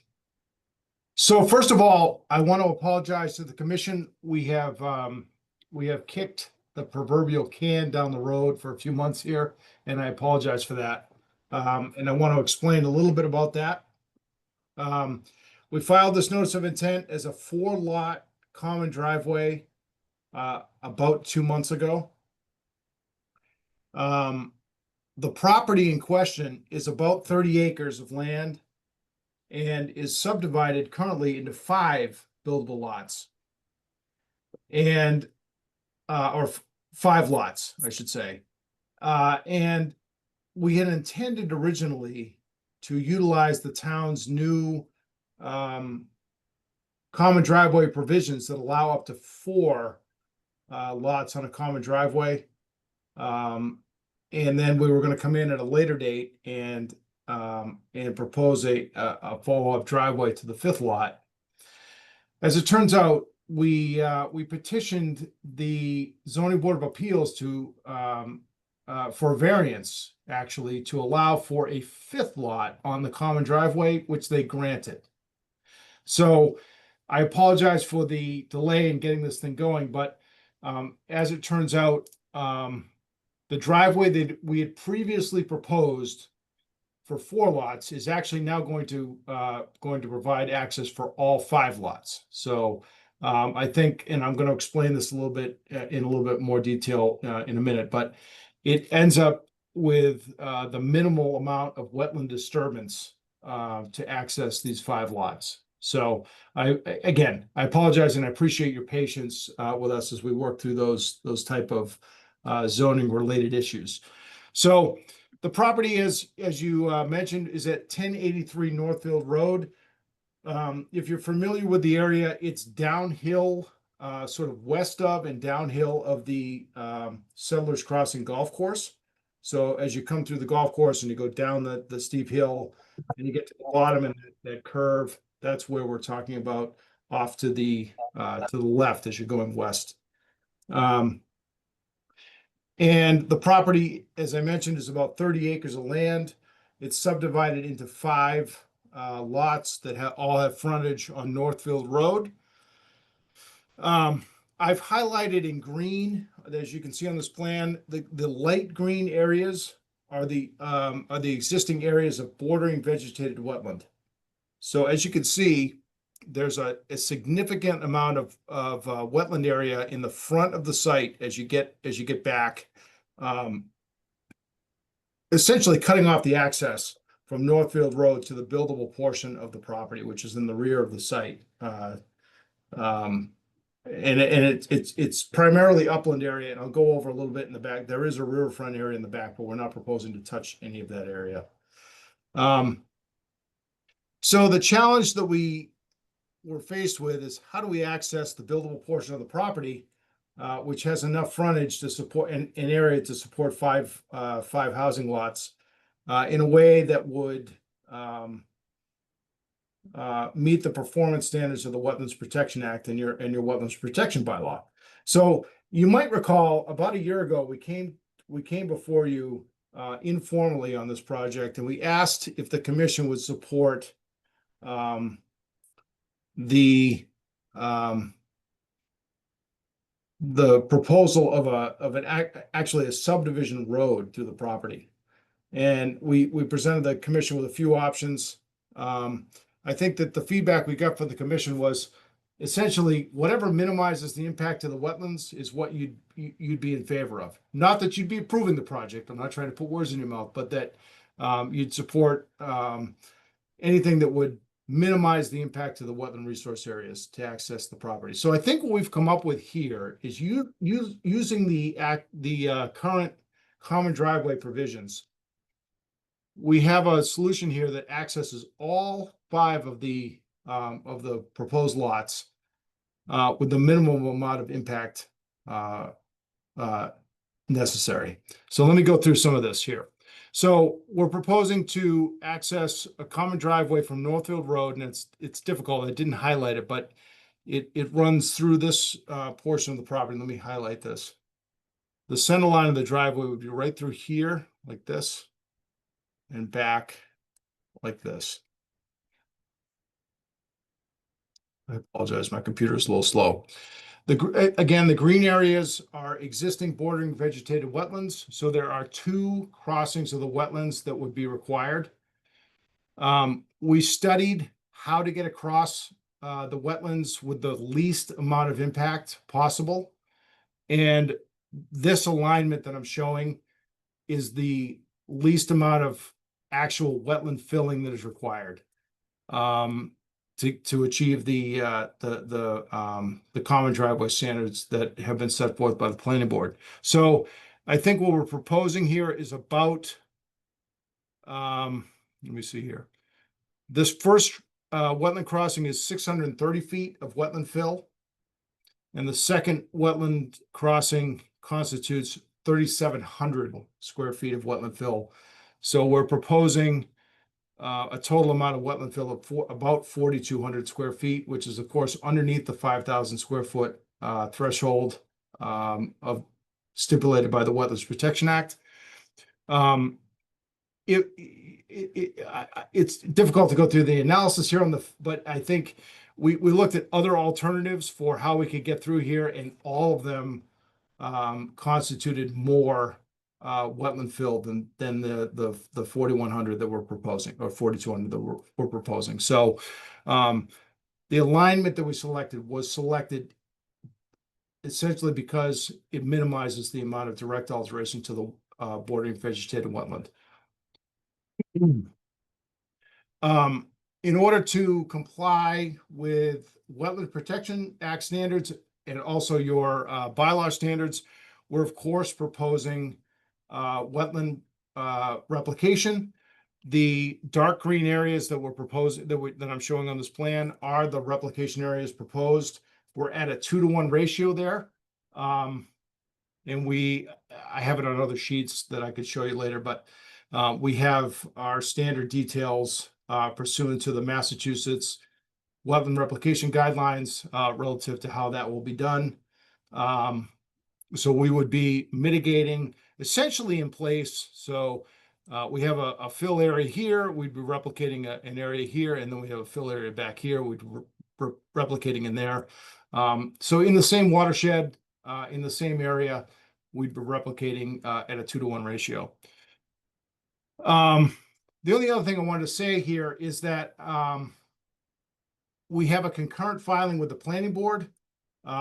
This project requires a special permit from the planning board for the creation of the common driveway. It also requires a stormwater management filing with the planning board. Both of those are in progress. So this project has been designed in compliance with the Massachusetts Stormwater Management Policy. So you can see here that we have some stormwater management areas that are positioned throughout the site. One over here as well. Those are the only 3 that are in your jurisdiction, but we have a couple others that are outside of your jurisdiction that the planning board will also be reviewing. I wanted to make sure you knew that the planning board has initiated a peer review of that by Graves Engineering. Jeff Walsh will be doing that review. I do expect to have that review very quickly within this week. I was actually hopeful to get it before this meeting so that we could present it to you, but we don't have it as of yet. So I wanted to make sure that the commission knew that there is a peer review component of this. I know this is a project that's a little bit larger than we normally see here relative to more normal customary projects in town. So I wanted to make sure you knew that it has elevated to the peer review level at planning board. And, we are certainly willing to share those findings with the commission. We also provided a little bit of additional information relative to the comments that DEP gave us as they issued the file number. There was 6 or 7 comments, I think, and we clarified those in a letter that was recently submitted to your board. Excuse me. Some of them, I just think that they weren't reading the plan correctly, so we clarified those. Others required some additional information, such as DEP data forms, delineation forms, which we have now provided, and some additional information. So I wanted to stop there. I'm under no, I certainly understand that we're probably going to kick this can down the road again. But I wanted to make sure I came before you this evening. I apologize that it took so long for us to come before you. And I wanted to get at least some initial comments from the board. But I kind of use this as a little bit of an update to give you an overall presentation, but also to let you know where we're at with the other permit effort, because I think that in this case, they do dovetail. This is a project now that has 5 residential lots, so it is not exempt from the Massachusetts Stormwater Management Policy.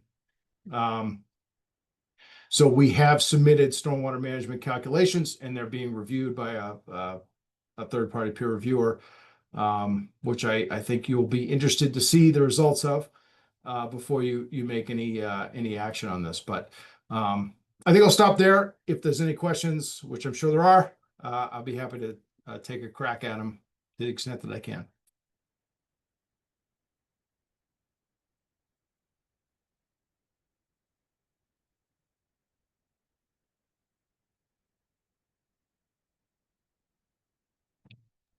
Nobody speaking once. Oh, I was talking. I'm sorry. I was muted. You had mentioned that you submitted something to us about the DEP comments, but I don't recall receiving anything. Oh, okay. I thought we issued a letter a day or two ago in the portal. Response Oh, lines you know there. what? Maybe I haven't looked at this one in the portal in the last 2 days. So Yeah, and again, I apologize if we're late on that. We were really hopeful that we were going to get a peer review comment letter and sort of address everything and give you a more complete plan revision, but it didn't happen. So okay. And then has the plan, the newest version, has that been submitted to the DEP? it has. Okay. Yeah, I believe. I'll verify that, but I believe it has. Okay. And it looks like Richard, you have a question? Madam Chair, that was my first question, was has this plan been submitted to the DEP? And Greg, are there any additional fees or any additional filings where we have 5 lots Yeah, plus no, great. additional stormwater requirements? That's a great question. Thank you, Rick. No, that's a great question. Actually, the driveway didn't change much. When the zoning board of appeals gave us a variance, we had initially designed the driveway for 18 feet of width, because that's what the current planning board common driveway regulations require.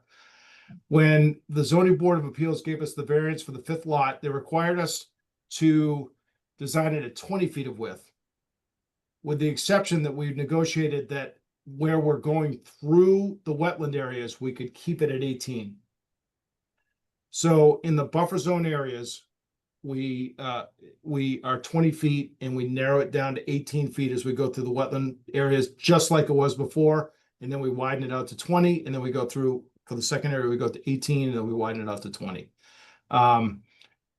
I don't believe, Rich, that there would be any fee implications, because we're not proposing any new structures within the 100-foot buffer. The stormwater management areas remain the same. It's just that we increase the pavement about 2 feet within the buffer zone, except with the exception of where we cross the wetlands. So I don't think there's any additional fees based on my quick analysis here. Okay, thank you. Madam Chair?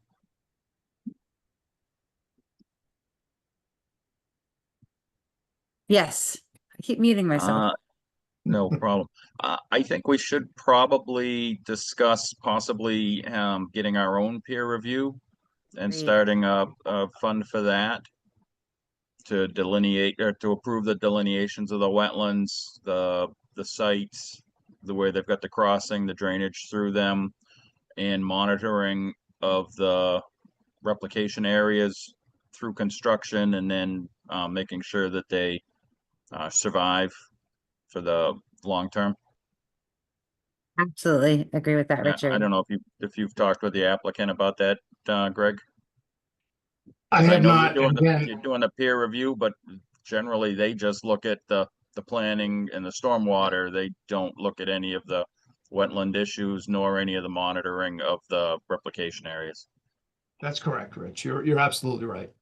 Yeah. And yeah. And it's not your fault that this is the first time we're coming before you. So I appreciate you saying that early on here in the process.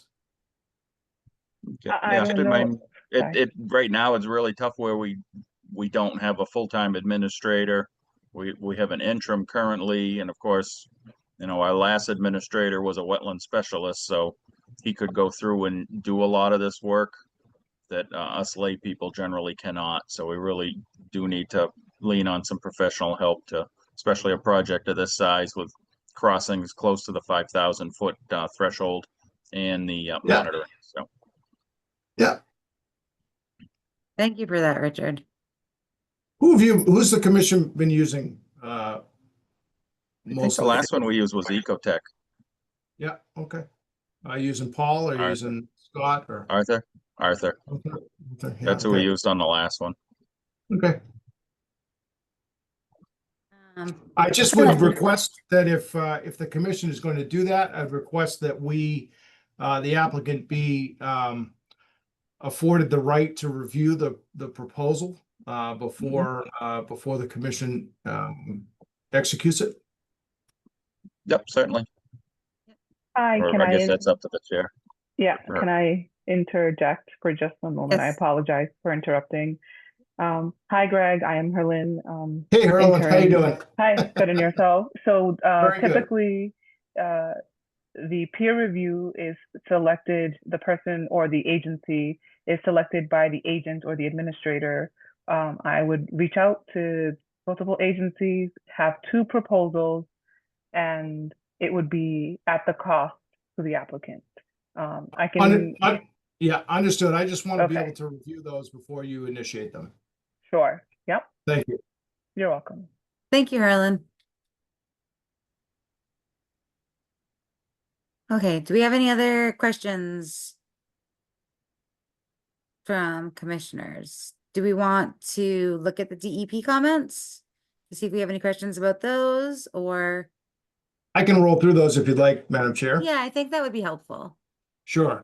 So my letter, or Ryan's letter, I should say, Ryan's gonna, by the way, quickly put me out of a job, probably. Ryan does a great job. We issued a letter on June 17th, and I don't know why you didn't get it until now, but we did prepare these comments, responses. So I apologize that you didn't get this several weeks ago, but comment 1 from DP, I'm just going to read this. The labeling format distinguishing between delineated bordering vegetated wetlands and proposed BVW replication areas is unclear. The applicant should confirm that the proposed replication areas are not within BVW. The commission may request a revised plan that distinguishes between these 2 areas more clearly. The applicant should provide methods of resource area delineation to Mass DEP and the commission. The Massachusetts Handbook for the Delineation of Bordering Vegetated Wetlands recommends the use of bordering vegetated wetland determination form to document the presence of and/or wetlands and delineate wetland boundaries. Please provide information to Mass DEP. So we have done that. We believe that our plans distinguish clearly between existing bordering vegetated wetlands and proposed replication areas. And we have provided the DEP data forms and a delineation report. So I apologize that wasn't done initially. I'm summarizing our responses. Let's see. 2, the commission should also confirm that areas where wetland crossings are proposed do not possess stream characteristics.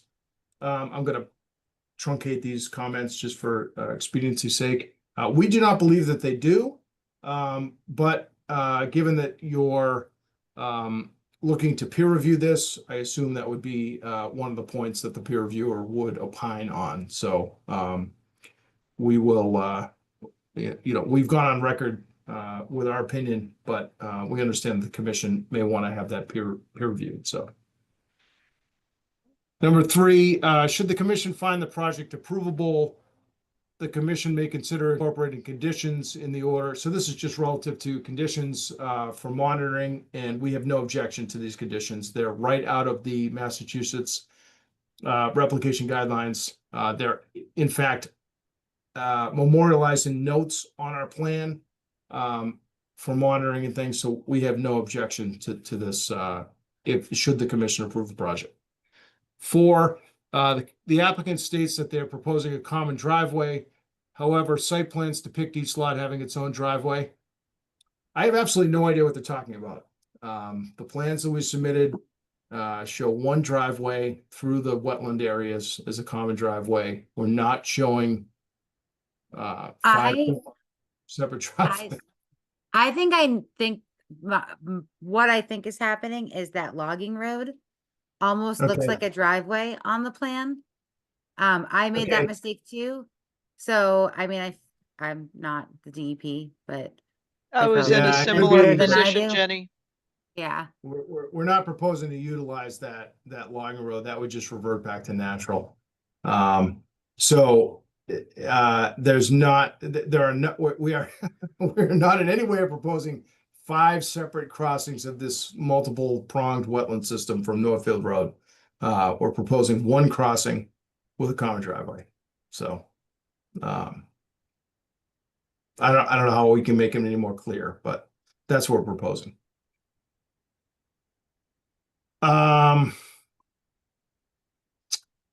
The 5, the applicant should confirm that the proposed stormwater basins have been designed in accordance with the procedures outlined in the Stormwater Management Handbook volume and chapter. Again, our contention is that this project has been designed in compliance with the stormwater management policy, and it's being peer reviewed by a third-party review engineer. So you don't have to take my word for it. The planning board is conducting a third-party review on that exact point, and we will provide that to you, so you can have that for your files. 6, the applicant should confirm the calculations demonstrating compliance with standards 3 and 4 have been performed correctly. This again is stormwater management related. There are 10 standards of the Massachusetts Stormwater Management Policy. We've provided a stormwater report that documents compliance with all of them. And it's being peer reviewed, so we'll provide that report to you, so you don't have to take our word for it. And 7, the commission may consider requesting that the applicant depict the location of stockpiles and snow storage areas on the revised plans. Stormwater control structures and wetland resource areas should not be used to store snow. The commission may request that the applicant include language in the long-term O&M, and the commission may include the O&M as a perpetual condition. So the revised plans we prepared do identify snow storage areas, excuse me. Looking at them tonight as I was preparing for this meeting, I think we need to beef that up a little bit. And we're happy to accept the condition that the operation and maintenance plan, which we have prepared and is part of that peer review process with the stormwater management report, be conditioned as an approval. A lot of times conservation commissions will require that the operation and maintenance plan be included on the deed of the lots that are to be serviced by the common driveway, so that successors that are purchasing the property will understand that there's an operation and maintenance program that needs to be adhered to. So we have no objection to that. And again, that is the O&M plan is part of the review that's happening by the planning board. So those were the 7 comments from DEP. Hi, Greg. It's Hey. Carlin again. I just have a quick question. I don't know if you can hear me. Yeah, I can. Yeah. So 2 questions as I'm reviewing this, and I apologize. My limited time in Lunenburg, it doesn't afford me much time to kind of review all these things, and I apologize again. Understand. 2 things. So the driveway is extensively long in the winter. Are you going to salt it? Where is that salt going? How are you going to remediate that going into the wetlands? So 3 questions, sorry. And then I saw that they're using blocks on the crossings as that a guardrail instead of a guardrail on the Let's side see. of the crossing on the driveway, proposed block retaining wall. Is that instead of a guardrail? We're actually proposing a guardrail on top of the retaining wall. Okay. Yeah, so this would be a standard cross section here. Yep, and Retaining then- wall and guardrail right on top. Okay. So then, and then my third question is the OMP plan.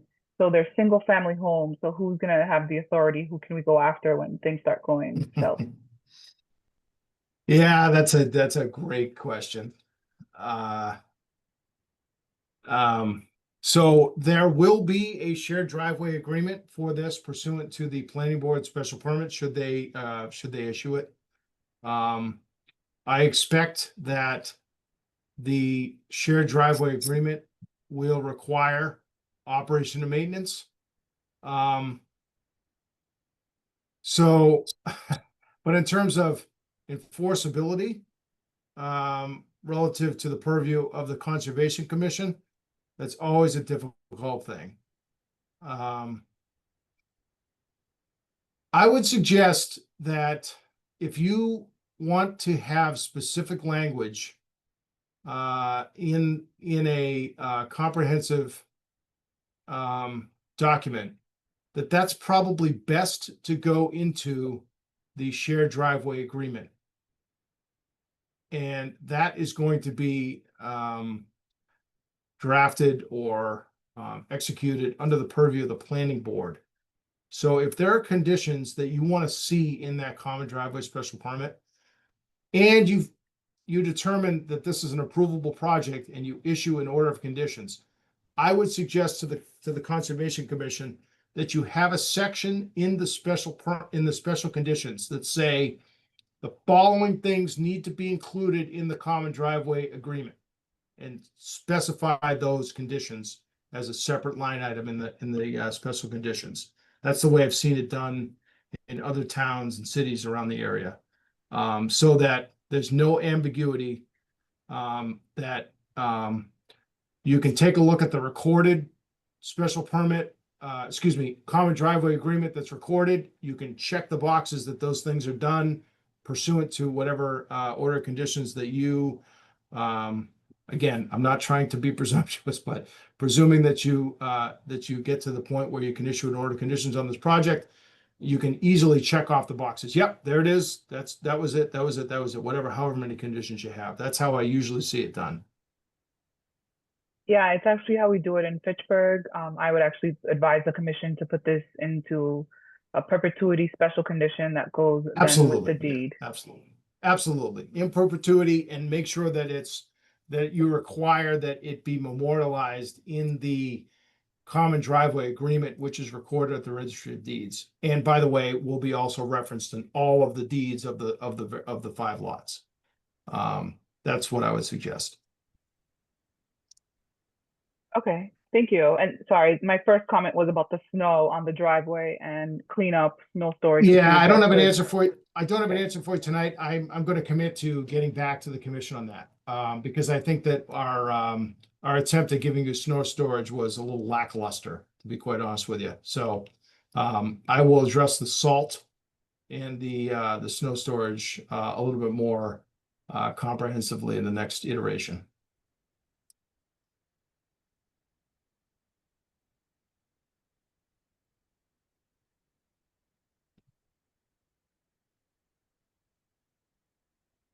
I hope that answered the question. Yes, I apologize. I was muted. Thank you. You bet. Thank you, Roland. Appreciate it.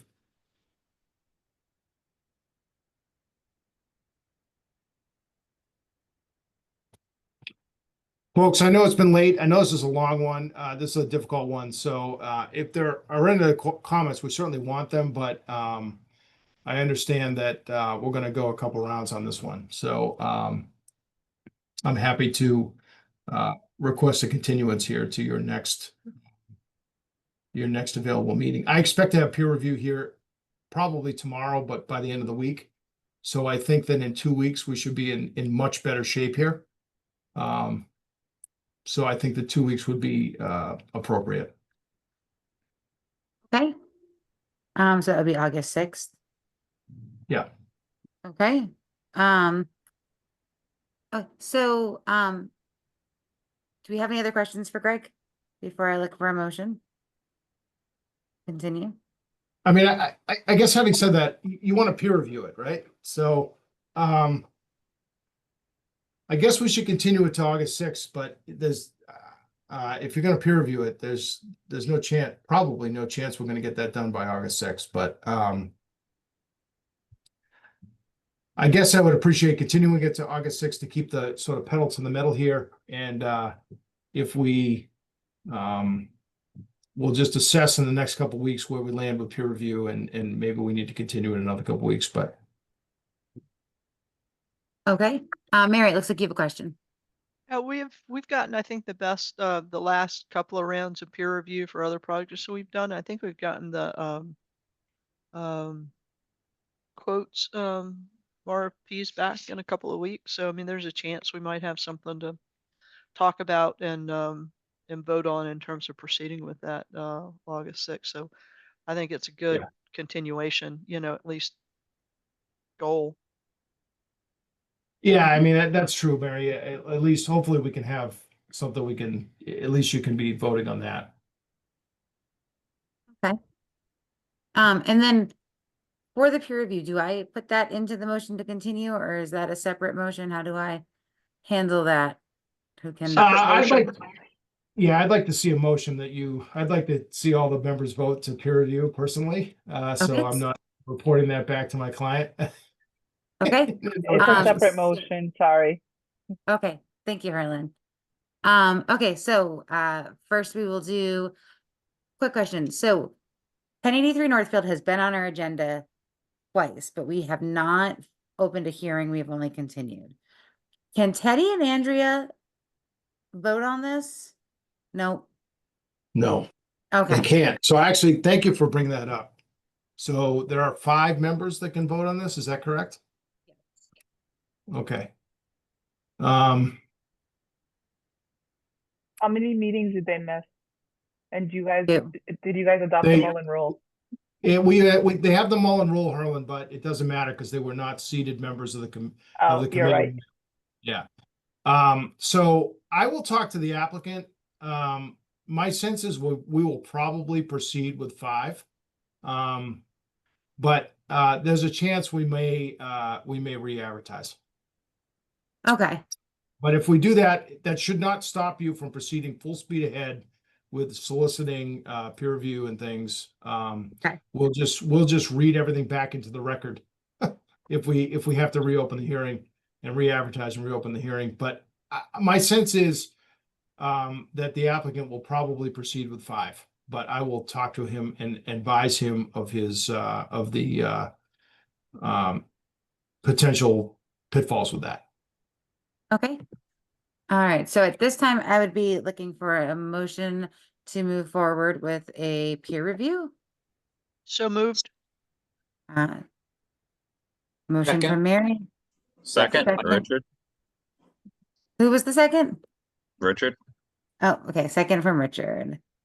Okay. So roll call vote. Mike LaRouche. Aye.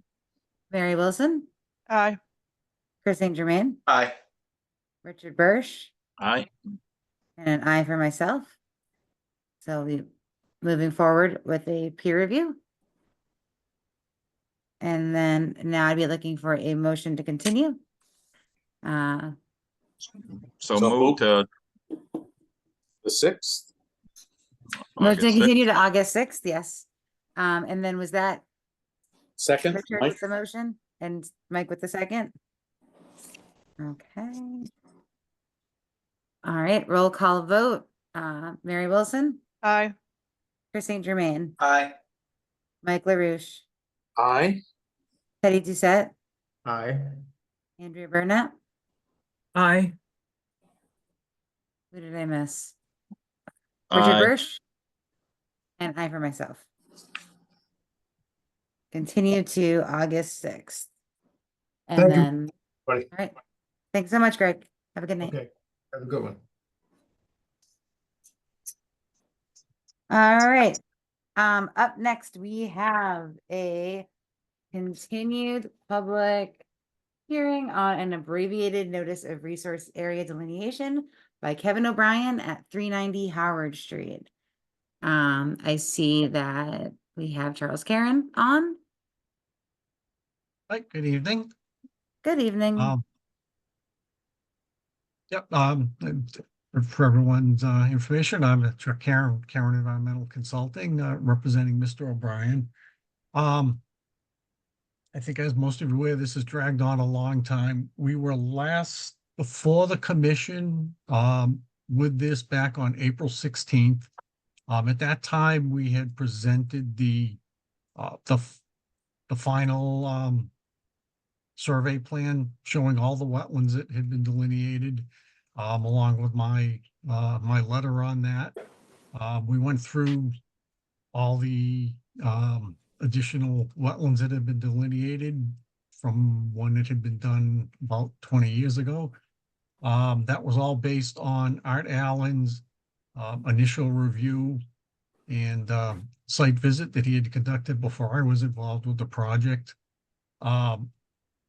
So on my understanding on April 16th was we continued the hearing and were simply awaiting Art Allen's final report. And if that didn't have any issues, the commission was going to close the hearing and issue the ANRAD. We did get Art's report 2 days after that hearing. He had basically agreed that with all the changes that had been made and all the additional wetlands that were delineated, that the delineation was now accurate. And didn't see any outstanding issues. I apologize. I incorrectly put the date for the continuance in my calendar a week later than the continuance.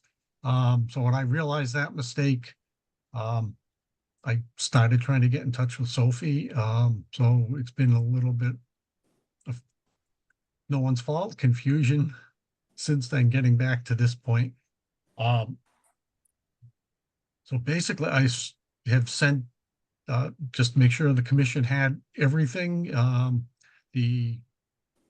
updated plan that had been presented on the 16th, my letter, Art's letter, sent all that to Herland. So make sure you have that all in your official record. Okay, thank you. All right, so do you want to share anything? I don't know how much more, Yeah, it's a big. The commission wants to go through things again. Like I said, we did that on the 16th. The only new piece of information we have, which I can, see if I can share this here, is Art Allen's final letter on it. There we go. So I don't know. I'm not seeing it. I can share though. Oh, there it is. I'm sorry, I found it. There we go. So this was Art's final letter on it. Like I said, he basically goes through and says that everything was correct. The only thing he had for comment at that point, he found one little typo in my letter, which I corrected and I provide you with that updated letter. I can go through more if you want. Like I said, I think that's all part of the record already. Okay, so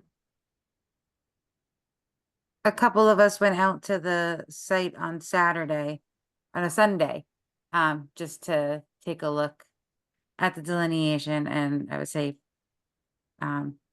it looked good. There was just one area that we were questioning, and we were hoping that Herlin would be able to go out and see it, but she wasn't able to. She has very limited time with us right now. So I had a question about just one area, which is just gonna share my screen really quick.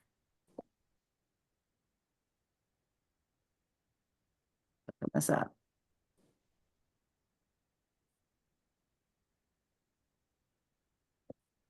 Does anyone have any questions while I pull this up?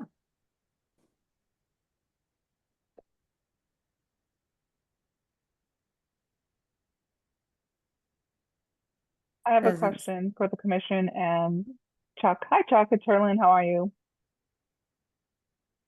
Can you hear me? I can hear you. Okay. I just have a quick question. Has the commission gone out with Chuck to the site? We have not been out since the newest delineation was submitted with Chuck. We did go out ourselves Okay. on Sunday. But As we, we you went know, through this process, we were out there with Sophie a couple times and can't remember, at least one commission member. That was me, Christine. Yeah, that's right. Yep. that would have as we been went through the process. before April though, wasn't it? Yeah.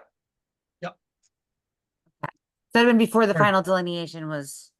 Well, no, sent the over. final delineation's been done since last September-ish. It took that long to get the survey plan wrapped up and all the I's dotted and T's crossed on that is what took a long time.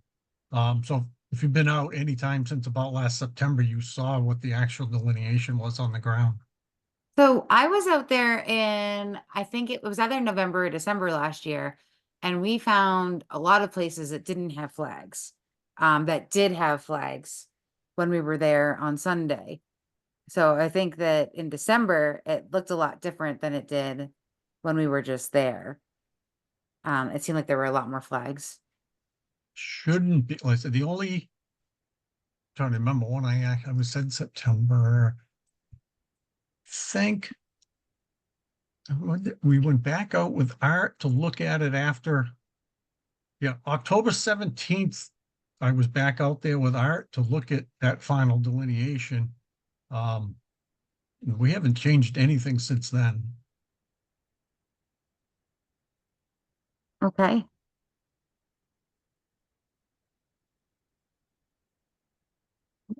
Do we have any other questions? While I just grab this.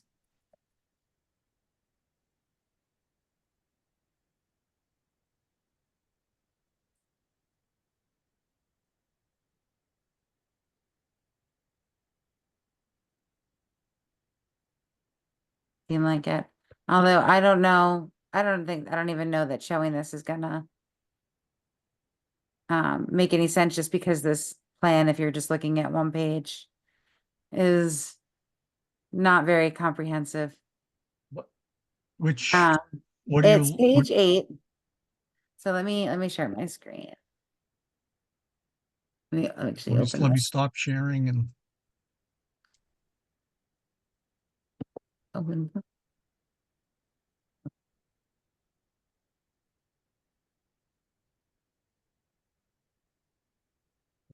So on page 8, and so this is the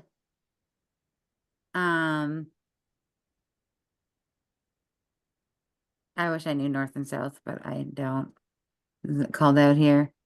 This is Howard Street is right here. This is page 8. And we were around this area right here. And it appears that there is almost a stream that comes through from an upland area. And there's, some moss here, and then ends up somewhere around this area, and there was no flagging here at all. So I'm not sure if we weren't oriented correctly, or if something was missed here, but that was really the only question that we had when we were out there. I don't remember seeing anything in that area. Like I said, Art didn't see anything during his site visits. I feel it's correct as it is. I mean, you got to remember too, it could be, as you said, it's coming out of an upland area. An intermittent stream only becomes jurisdictional when it's down gradient of a vegetated wetland. So if it's just runoff coming off the driveway or house area on that abutting property, it may just be, basically a runoff channel that doesn't rise to the level of being an intermittent stream. Okay. So have the commissioners, or have you guys had a chance to look at the ANRAD that was sent out it was in the meeting packet, and also I emailed it to a couple commissioners?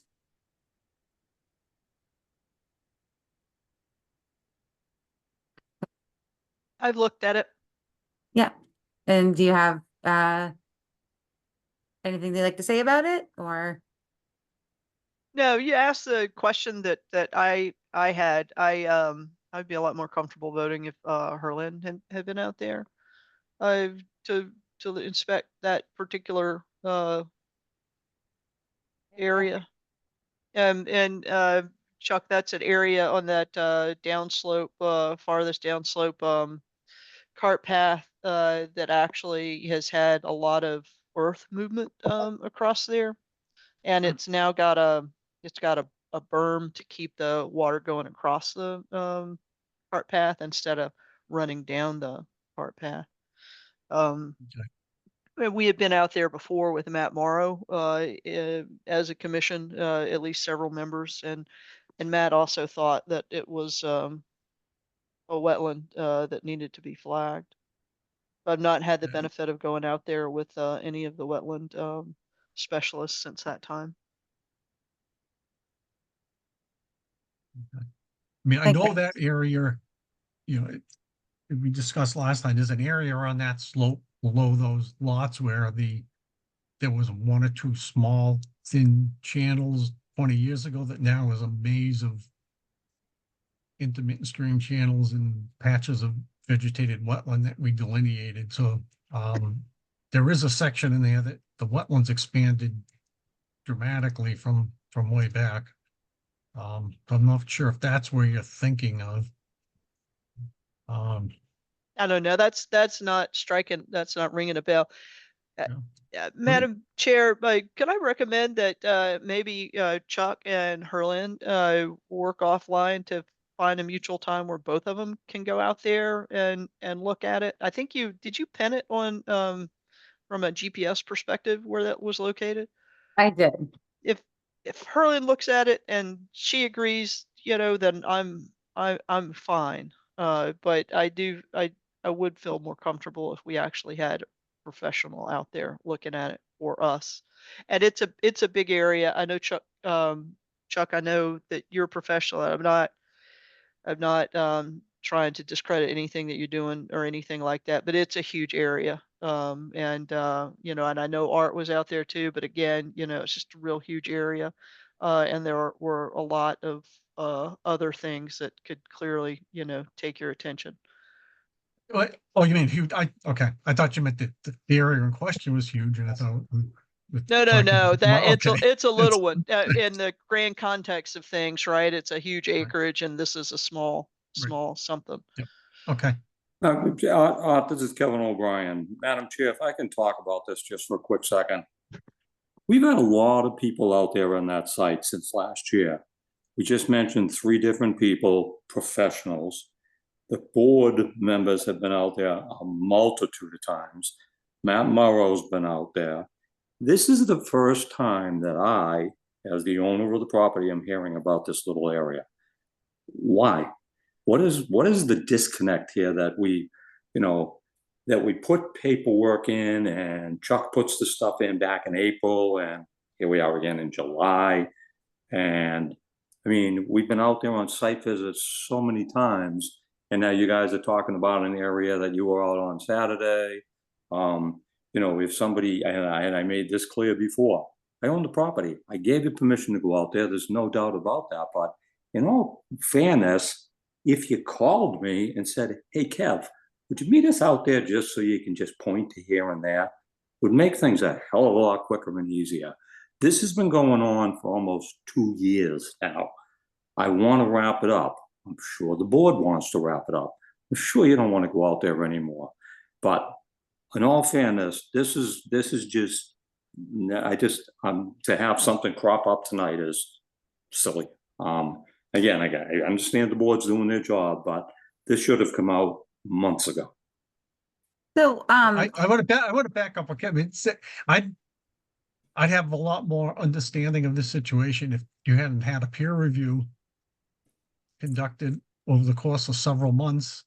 And then all of a sudden at the last minute after the peer review is done, new issues are coming up. I don't think that's right.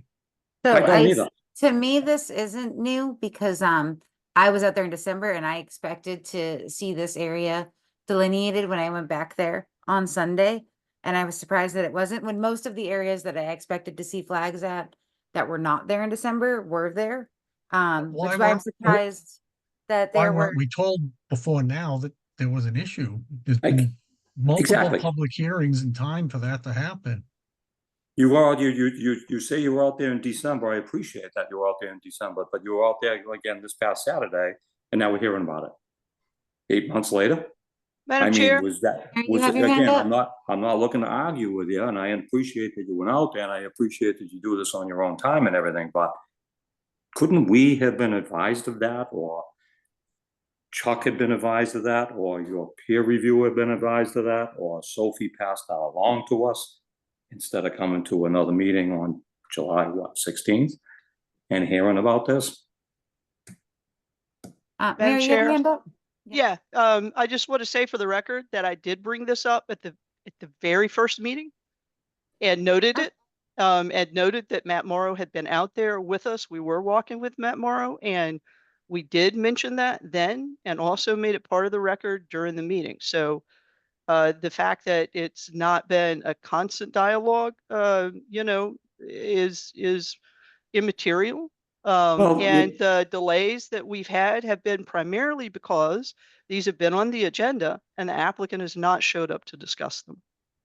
Well, but if you talk about when you were out there with Matt Morrow, was about 1.5 years ago, because Matt Morrow was asked by the town to stop representing me.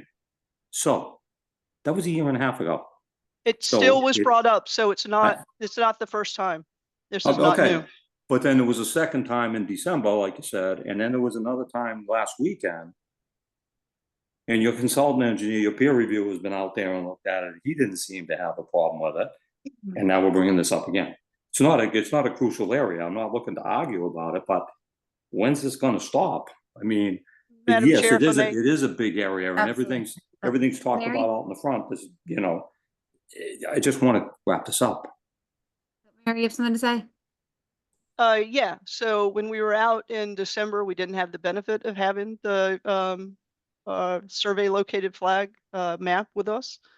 When Chuck came to us last, we didn't have the benefit of having that with us, and that was critical, in my opinion, to bringing it up again.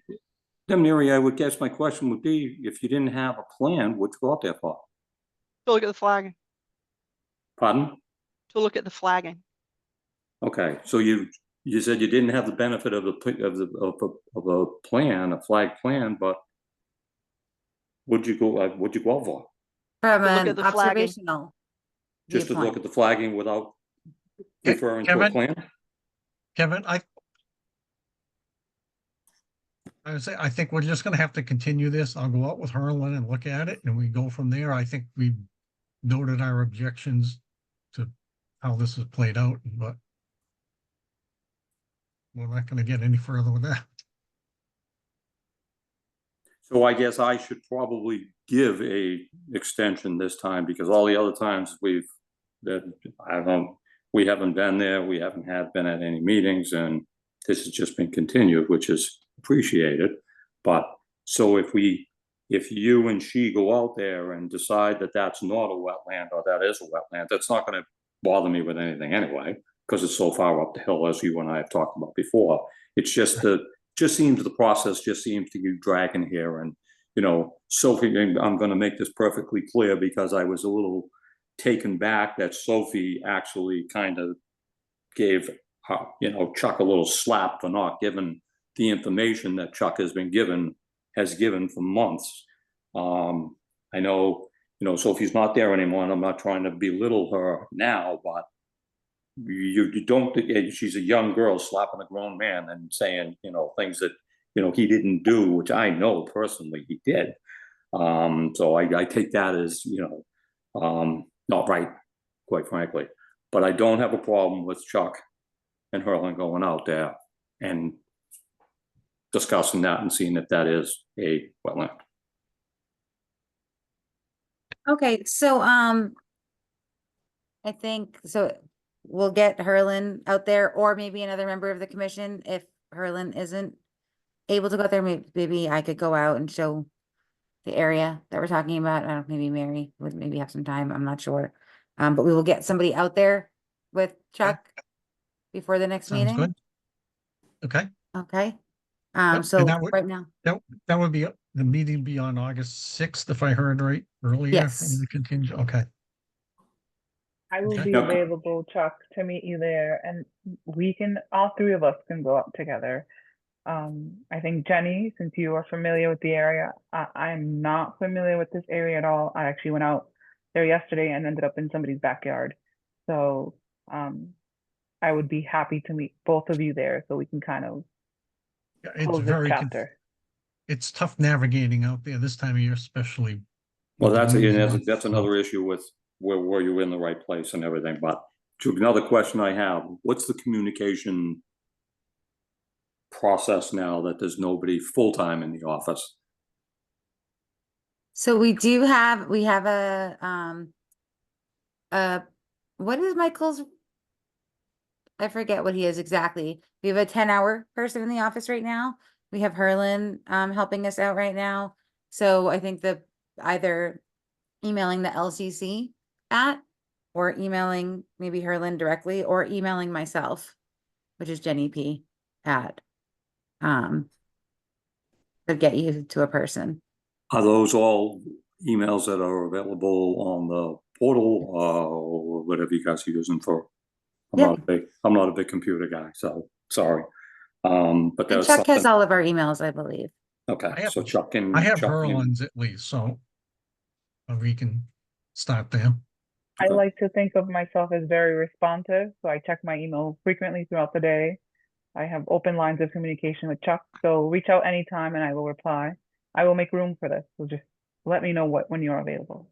So just to make it, again, to make it clear, the board is okay with Chuck and Herlin, I'm sorry, communicating directly, right?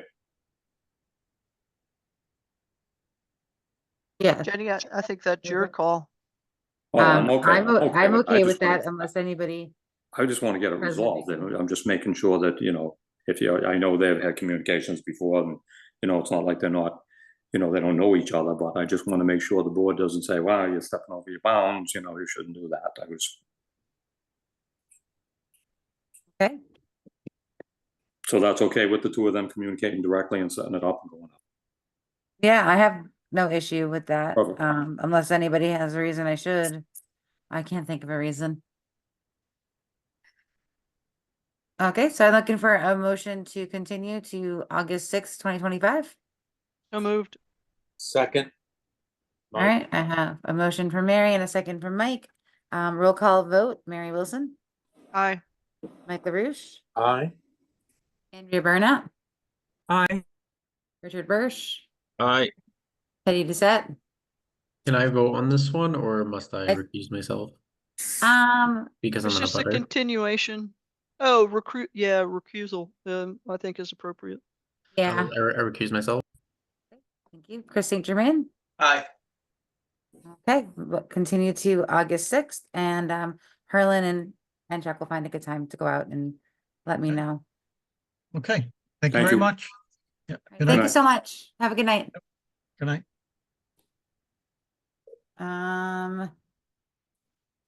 All right. Next up, we have pursuant to MGL Chapter 131, Section 40 as amended in the Town of Lunenburg Wetlands Protection and Municipal Bylaws, a public hearing on a notice of intent by Sean Farrow for the construction of 2 landscape replacement walls, placement of 2 removable docks, and replenishment of beach sand within the 100-foot, 50-foot, and 30-foot buffer zone of a wetland resource area on Lake Shirley. Do we have the applicant? I'm not seeing anyone No. here except for No, us. they requested a continuance Oh, just this afternoon. oh, okay. All right, so I would be looking for a motion to continue to, did they ask for August 6th? Yes. Okay, so I'm looking for a motion to continue to August 6th. So moved. Do I have a second? Okay, I have Mike with the motion and Chris with the second. Roll call vote, Mary Wilson, Aye. Harlan Jamie. I'm sorry, Mike LaRouche. Aye. Andrea Burnap, Aye. Richard Bursch, Aye. Eddie Doucette, Aye. Chris St. Germain. Aye. Aye for myself. Okay.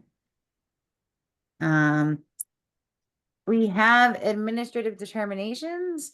So the only one we have right now is 167 Townsend Harbor Road, and that one is questionable. Oh wait, yeah. And then we were thinking that we wanted them to file this as an RDA. Have we notified them of that? I don't believe so. And then also we wanted some clarification on exactly how many trees they were looking to remove. Harlan, do you have? Go ahead. Oh, did you want to add anything to this? So I was under the impression that they were going to decide how many trees they were to remove, and then the determination about the RDA was going to be issued. Okay. All right. That sounds like a fair way to go about it. Okay. I don't know if anybody's here for this, so. No, it's just us right now, so no one is here. And then we have 40 Fire Road under certificates of compliance, although and I noticed in the meeting packet you had said that Harlan had said that she spoke to Brian about this, and it looks like we could be the Conservation Commission could request the certificate of compliance. Am I saying that right, Harlan? He said the town or the commission. Is it town property or is it the commission's property? It's town property. So the town could request the COC. Okay. So, sorry, let me clarify. The applicant can be anybody. No, the town can request the COC. The applicant can request the COC on behalf of the town. Like okay. attorneys request COCs for their clients, basically. Okay. I know. So on the original application, Heather, who was the town manager, was an applicant.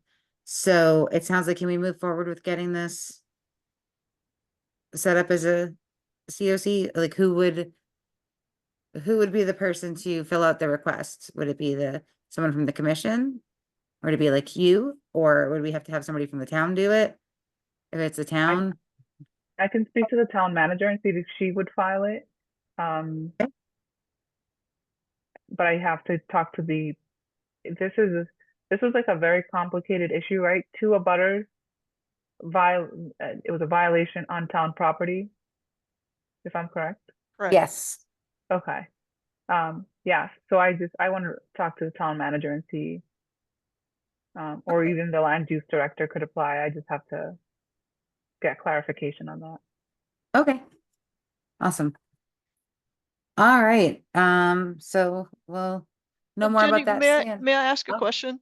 Absolutely. Didn't we already ask those questions, or did you ask something different? No, I think that we were looking into who could request it, and then Harlan spoke to Brian, and Brian said the town can request it, but I don't think anyone has spoken to the town manager yet. Okay, fair enough. So I think that Harlan will speak to the town manager, and then that's kind of the end of the chain of commands, I guess. And if she's okay with it, then we can move forward. Yeah, if I could suggest, I think the outcome of the dialogue with the town manager is to come back with a execution plan, even if it's not the town manager, then then who would do it? How do we get to just do it?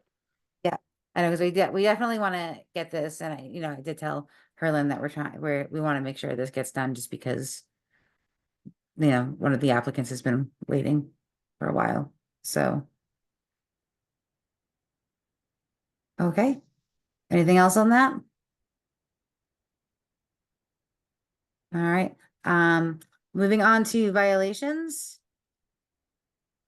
Herlin was looking into our violations, and I think she may have some updates, at least on possible notification to the violators.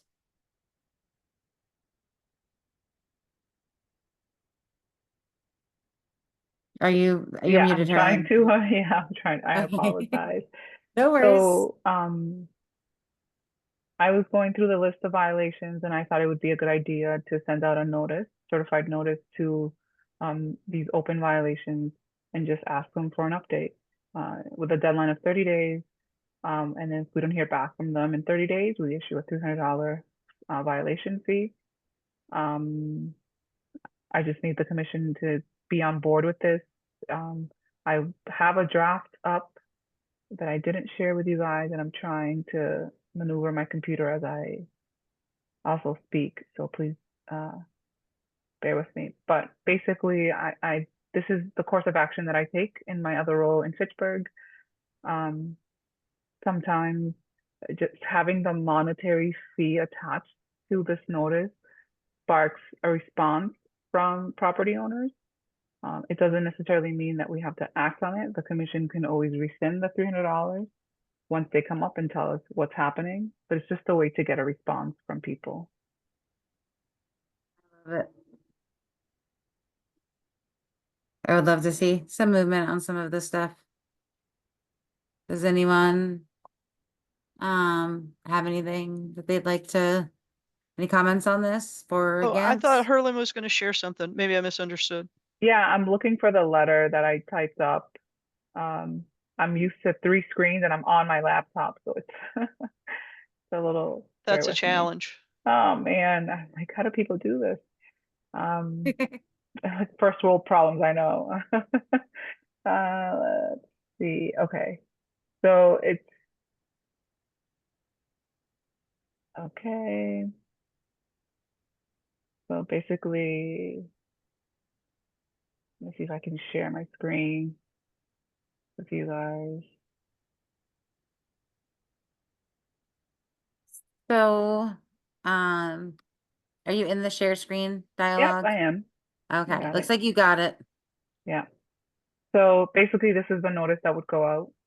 I don't know if anybody can see it, but the Lunenburg Conservation Commission is in receipt of information indicating that a violation of the Massachusetts Wetlands Protection Act and or the Lunenburg Wetlands Protection Bylaw remains unresolved at your property. We put the address in.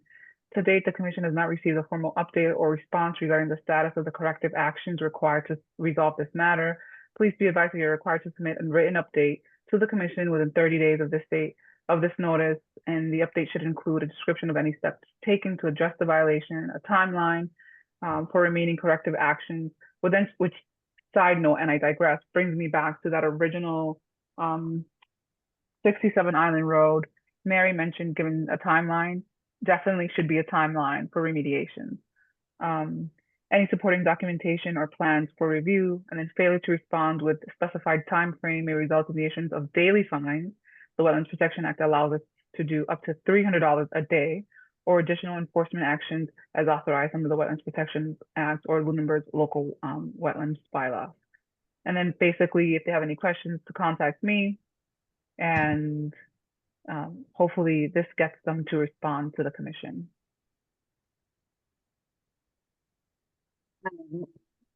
Yes. I think it's an excellent idea, Madam Chair. Just wanna add anything? I think it's great. Madam Chair, if I could also recommend that if we have a place in our share drive that we keep form letters and templates, that this be added there for Okay. future reference. Absolutely. Yes, I will definitely put, I'm trying to organize, I don't know if you guys started to notice, but I'm trying to organize SharePoint because I have a very hard time finding stuff. Like and I don't know if you guys also have a very hard time, but maybe it's just me trying to navigate the system. But I want to start like organizing that for both the sake of my sanity and yours as well. So, on that note, I actually brought everything from Google Drive over Okay. into SharePoint this week. There had been stuff previously brought over, so I brought everything into a folder called From Google, just because there's so much, there would be a lot of overlap. And so there is some stuff in that folder that didn't exist in SharePoint before, but there's also some stuff in that folder that did. So, that's going to be something that I'll try to go through at some point, but at least everything from Google Drive is there now. So if you search for things, they come up in all different places, but at least everything is there. The best way to go through the SharePoint right now is just to search. If you like search, 390 Howard, it just comes up with everything ever related to 390 Howard. But yeah, it's a mess right now. Madam Chair, can I make another recommendation? Absolutely. It occurs to me, in these violations that we're tracking, people have come before us and have said, I'm going to do X, Y, and Z. And we've, at least to my knowledge, never in the past said, well, that's well and good, right? We'll allow you, but we need to have periodic updates and maybe for managing enforcements and violations moving forward, we might want to consider always requiring, we'll let you go off and work with a consultant engineer, but you got to give us an update every 30 days or something of that nature so that we don't like end up in the situation like with some of these, like 10 Mass Ave, I think we've been tracking for, gosh, maybe 18 months. Oh, yeah. So I think that's a great idea. We just need some sort of system that's being monitored. I know OpenGov has it, but we don't have it. Or even like some sort of a violation tracking in SharePoint, just to say, hey, we should be receiving an update from somebody, because it's a lot to manage. We have to figure out a way to make Or that. maybe if we just said from this day forward until it's resolved, you owe us an update by the 1st of the month, every month, your violation Okay. if you haven't done it. And that way, whatever's on the list, they should have an update to us by the 1st of the month. That's a really good idea. Okay. So basically, at the first meeting of the month, we should always have some sort of an update. Yeah. And then nobody's going to add it to a calendar or track individual properties or any of that kind of stuff. That's a very good way to handle it. I like that, Mary. Okay. So, as far as the question at hand, so Harlan has that letter that she has drafted, which is great. Are we okay with her sending that out to? I make a motion that we proceed with that recommended letter that Harlan proposed. Second. All right, I have a motion from Mary and a second from Richard. Roll call vote. Mary Wilson. Aye. Mike LaRouche. Aye. Andrea Burnap. Aye. Richard Bursch. Aye. Doucette. Aye. Chris St. Germain. Aye. All right. That motion approved to use Harlan's letter and move forward with notifying everyone on the enforcement list that we would like some sort of an update. To be clear, Madam Chair, my motion was that she's going to send the letter and it's going to include the application of fines. Yes. Okay.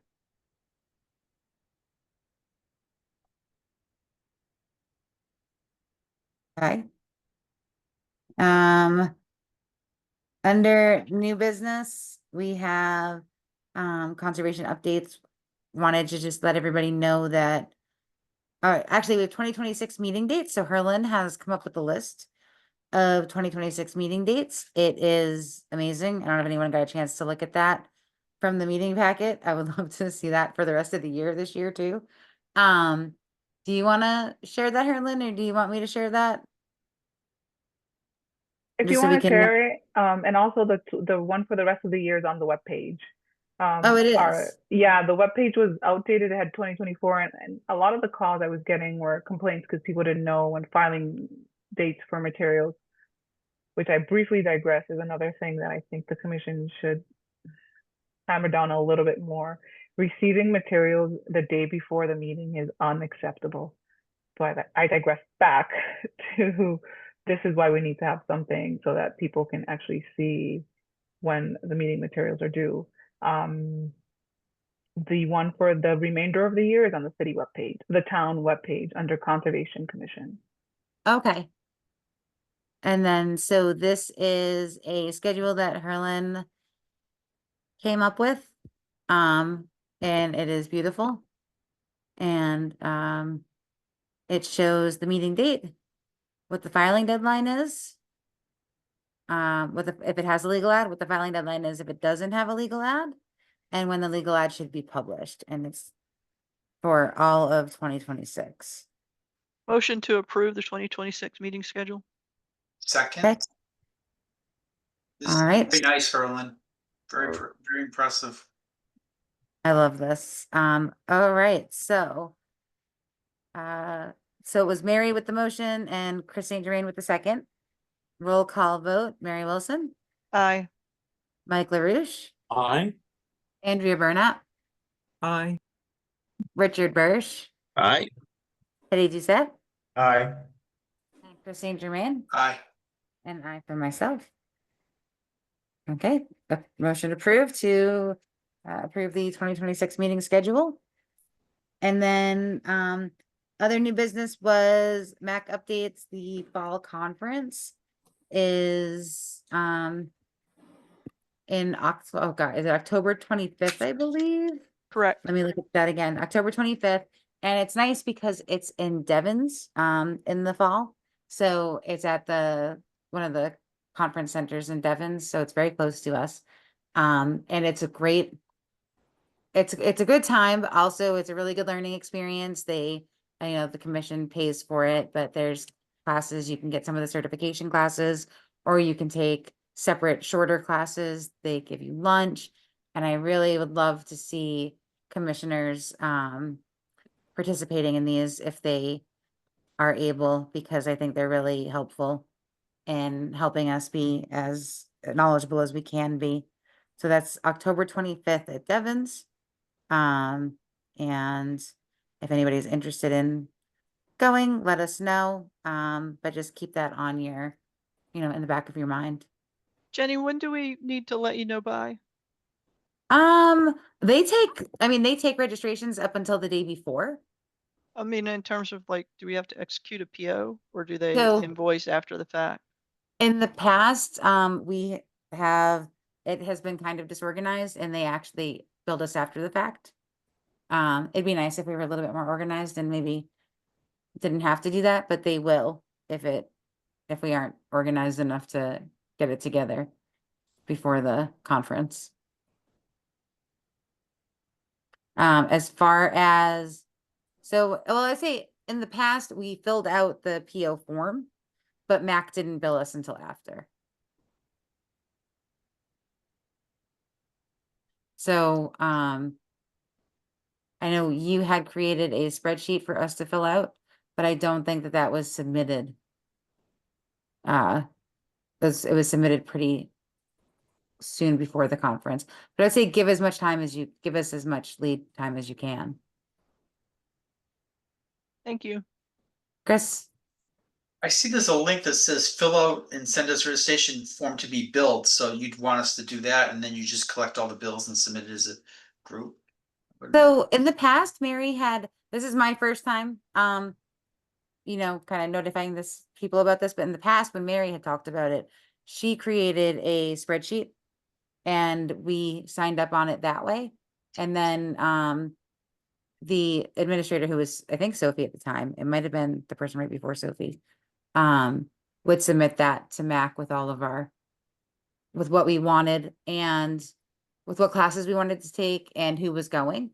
I think that that would be up to Herlin if she is, you know, still with us at that time, which I hope so. How she would like, if she'd like us to sign up for it, because we do have enough money in our budget for everyone to go, I believe.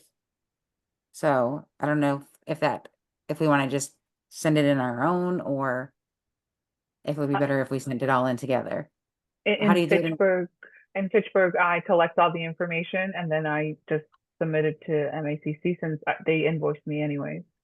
Okay. It's easier that way for me to track. Okay. But if this is something Mary likes to do, I don't want to impose. Whatever is easier for everybody, I don't. I don't have a problem. I don't, I'm not involved in it right now. I'm a participant now. Yay. Okay. I am happy to help in the managing of getting everybody signed up. So just send me an email.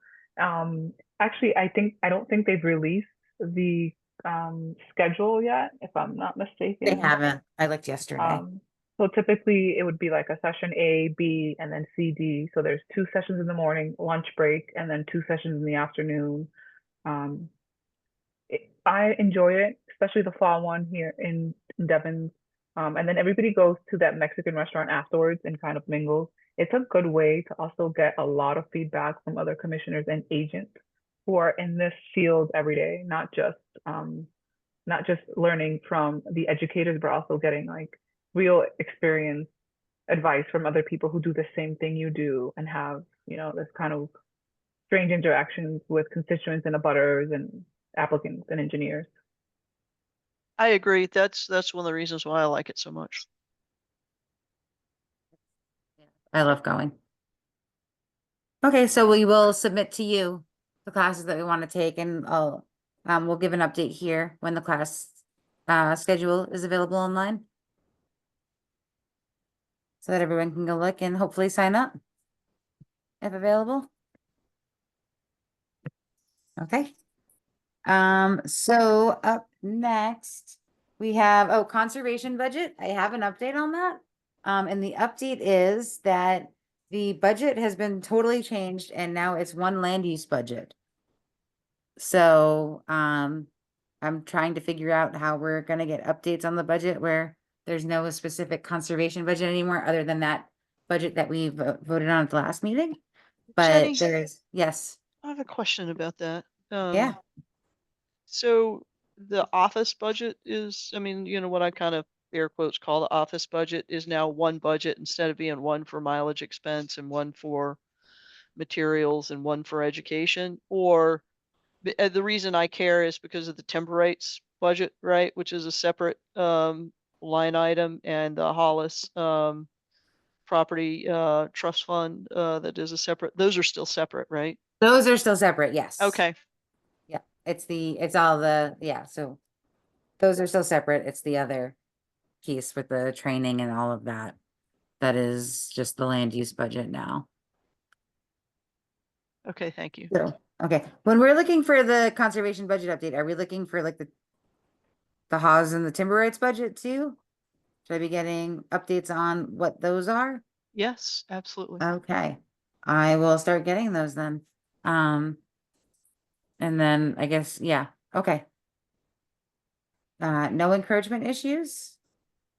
Do we have any grants updates? None from me. Okay. Conservation land improvement updates? The Boy Scouts. And then. That's it. All right, and then we went over Hollis Road a little bit at the beginning. Do you have any maintenance or anything like that to update us on, Mike? I do not. Okay. I think we're still waiting. Is that meeting coming up with Adam Costo? And are you intending to attend that?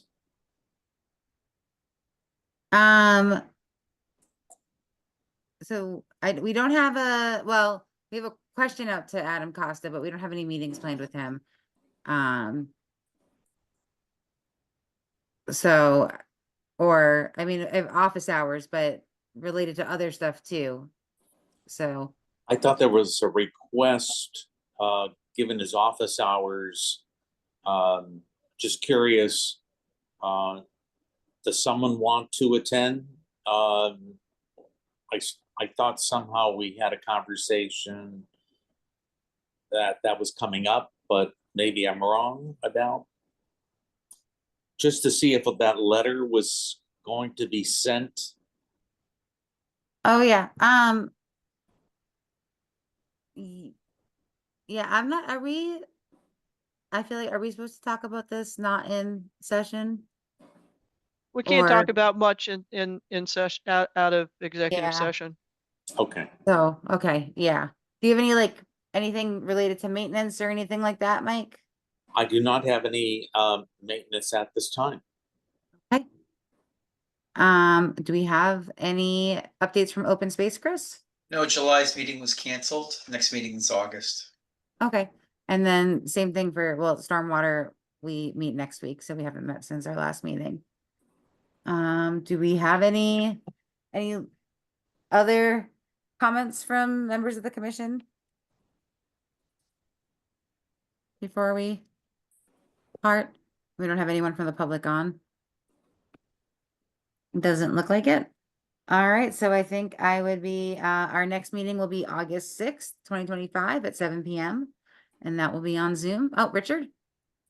Thank you, Madam Chair. I just wanted to thank Herlin for taking the time to be at the meeting. Her precious yeah. time. It's so nice to finally have somebody participating from the office. It's been so long. I agree, Thank you very much, 100%. Herlin. Breath Yes. of fresh air. Thank Yeah. you. Thank you. I'm so sorry I didn't appreciate say that, all your Harlan. kind words. You guys are all very Yeah. kind. I appreciate it. Yeah, the experience of this meeting was just amazing with you on it, so. Thank you. you, I Totally Herlin. appreciate agree. that. Thank you much. Anything I can do to help. Thank So you. happy to have you here. Thank you, Madam Chair. Okay, thank you so much for saying that, Richard, because I forgot. I'm tired. No, thank you so much for being here, Herlin. That was great. I'm very happy to have you here. Okay. So, next meeting, August 6th, 2025 by Zoom. I think at this point, I would be looking for a motion to adjourn. So moved. Rich. Second, Mike? Okay. Roll call vote. Mary Wilson, Aye. Mike LaRouche, Aye. Andrea Burnap, Aye. Richard Bursch, Aye. Betty Doucette, Aye. and Christine Germain. Aye. And I for myself. All right. Thank you. Thank you. Chris. Yeah. 10:01. Meeting adjourned. Yeah. Thank you so much. Yeah. All right. Have a good night. Bye-bye. You too. Bye-bye.